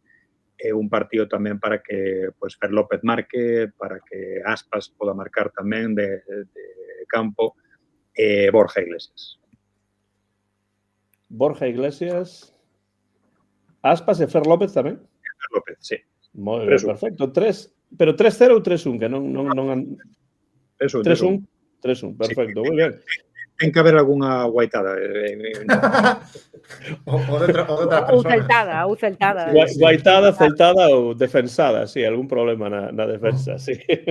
Temos 2-1, 3-1 e 2-0. Que máis? A ver, Martín, que estás aquí como debutante. Pues mira, eu ia dar un 2-1, pero como me robaron a idea por aí arriba... Bueno, pode repetirse, non hai problema. Pode repetirse. Non vou repetir. Tamén iba a ser Fer e Carreira, neste caso, pero para non repetir, un 0 bordalesco, que non haya guaitadas, gol de Fer tamén. Bordalesco, Ten que gusta estrearse. o Bordalesco. Sí. Un 0 con gol de Fer López. De Fer López, moi ben. Aí hai moitas apostas por Fer López. Mon, vas quitarme un 1 ou non?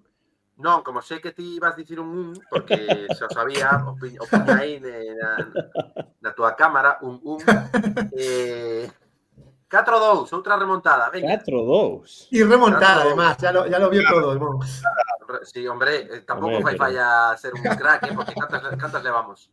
Pero remontada como a do outro día, un 0-2 no descanso, o 4 na segunda parte.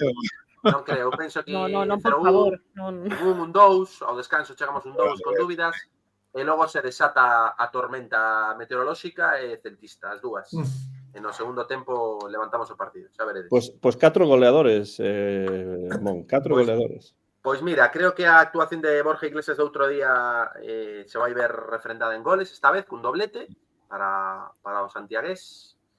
Vai volver a anotar Iago Aspas, que quero que adique o gol a grade gol, sinalando o seu escudo.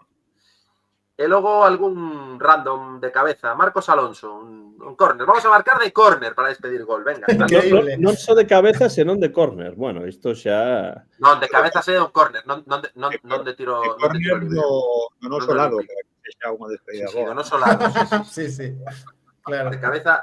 A saída dun córner botado por Sotelo, aí punto de penalti, aparece Marcos Alonso para poñer o 3-1. Yo creo que el último gol de córner fue en blanco y negro, puede ser, o me equivoco. Sí, sería... No, Pachi Salinas o Artillase. Bueno, pois teño anotado aquí, bueno, eu podía dicir o un 1, pero vou dicir 3-0. 3-0, 3-0, gaña o Celta. Sí, 3-0 a nevada afectou, Madre mía. Ainda non chegou e xa está a afectar, sí, efectivamente. O que ter non ter que traballar o día seguinte, canto optimismo, Ya, pues está contento. Con iso un pouco, sí. Eu vou dicir gol de Aspas, gol de Borja e gol de Fer López para continuar aí con esas apostas a favor de Fer López. Por certo, que os dous que acertaron o resultado de 1-1 no Metropolitano foron Anxo Amil e Rubén Lomba, que empata a Fernando na primeira posición da porra. Me relajé, me pasó como a Williams, me relajé. Sí, pero agora co este 2-1, quen sabe, as cousas poden cambiar. Deixade as vosas puntuacións na parte de abaixo do programa, tamén a porra cos goleadores. Bueno, con isto chegamos ao final dun programa no que estamos a rente xa case das 2 horas, pero é un placer volver ter a algúns dos nosos convidados por aquí que levaban xa tempo sen pasar, os que levan máis tempo estando a ser últimamente máis habituais tamén, e a un debutante que é Martín González. Martín, moitas grazas por estar aquí no Bar Celeste. Gracias a vos, voltarei, se non me votades cedo como a Barrios nos primeiros intres, pois voltarei. Un gusto estar con vos.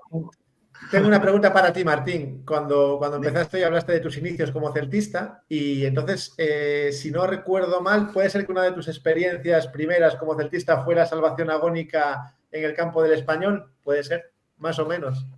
Pilloume un pouco máis tarde, quero dicir, o Celta de neno, co Caballero, Pinto, toda esa época, pero cando comecei de verdade xa era 2020-2021, comezos do Chacho. Coincidencia. Moi recente. Pero metíme de cheo, así que... Claro. ¿Pero esto lo recuerdas o no? Esto que te cuento, ¿no lo recuerdas? Sí, pues saiu en todas as novas, quero dicir, non vivo baixo unha rocha, pero non estive no estadio. No, ya, en el estadio no, pero imagino... Non sei se para ben ou para mal, porque unha de cal e unha de arena. Sí, sí. Debías estar. Por certo que Rubén Lomba acertou tamén goleador, o que quere dicir que está por riba de Fernando, porque gañou Vaya. 2 puntos, un punto polo resultado e outro polo Tengo un plan B, goleador. como Giraldez, tengo un plan B. Grazas, Mon, tamén por estar por aquí. Levaba xa unhas semanas en pasar e, bueno, tes abertos os micrófonos sempre do mesmo xeito que Martín. Nada, un placer, como sempre. Xa tiña ganas de volver ao campo, de sentirme futbolista, como lle pasa a Mingueza.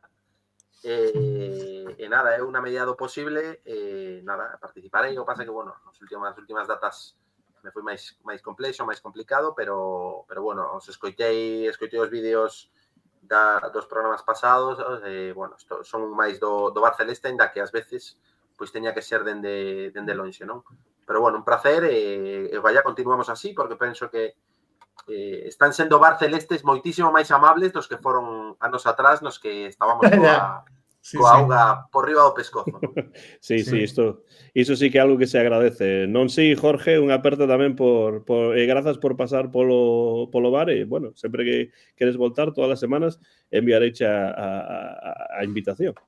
Pois un placer, parece que este cuatrimestre teño máis opcións por horario para poder conectarme case sempre. É un gusto e a ver se podemos seguir falando con esa tranquilidade, ¿no? Que comentaba Mon, ¿no? Que non teñamos que andar pues, metendo o pescozo debaixo da agua, todo o contrario, que podamos ter bares celestes agradables e amenos.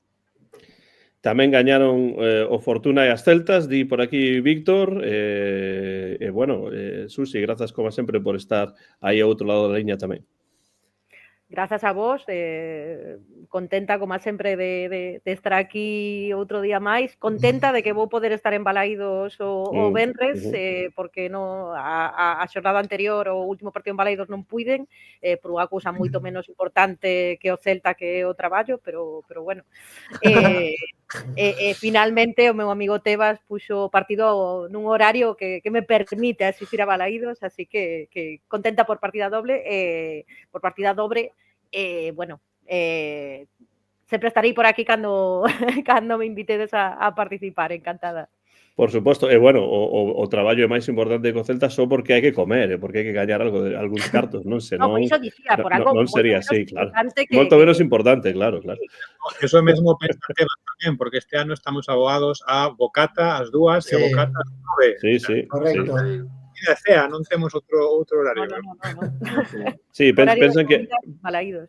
deben de pensar que a afección do Celta son Boy Scouts ou algo así, non? Porque non isto de comer de prato non é posible. Fernando, que hoxe estivo tamén dirixindo o programa durante un tempo, moitas grazas como sempre.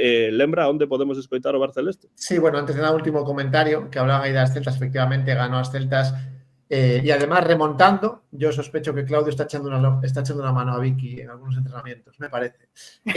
Nada, un placer, como siempre, haber estado con vosotros aquí en este bar. Como digo siempre, cuantas más ventanas en este Bar Celeste, mejor programa es, más abierto y más ideas salen. Así que nada, un placer. Y efectivamente se nos puede escuchar en Spotify, en iVoox, en YouTube, en Facebook. Bueno, en fin, pierdo la cuenta, pero vamos, tú pones en Google el Bar Celeste y algo te sale. Bueno, pois para rematar, imos vou deixarvos o balón botando dende os vosos lugares en Galiza e en Madrid, pois a berrar o a la Celta, pero non vou deixar eu o balón botando, senón que a miña filla, Livi, está por aquí e vai ser Hola, Livi. a que faga, ¿Cuánto tiempo? a que diga o como Asómate. a que diga o como sempre o de sempre. Estás preparada, Livi? Sí. Imos aló. Como sempre o de sempre. ¡A la Celta!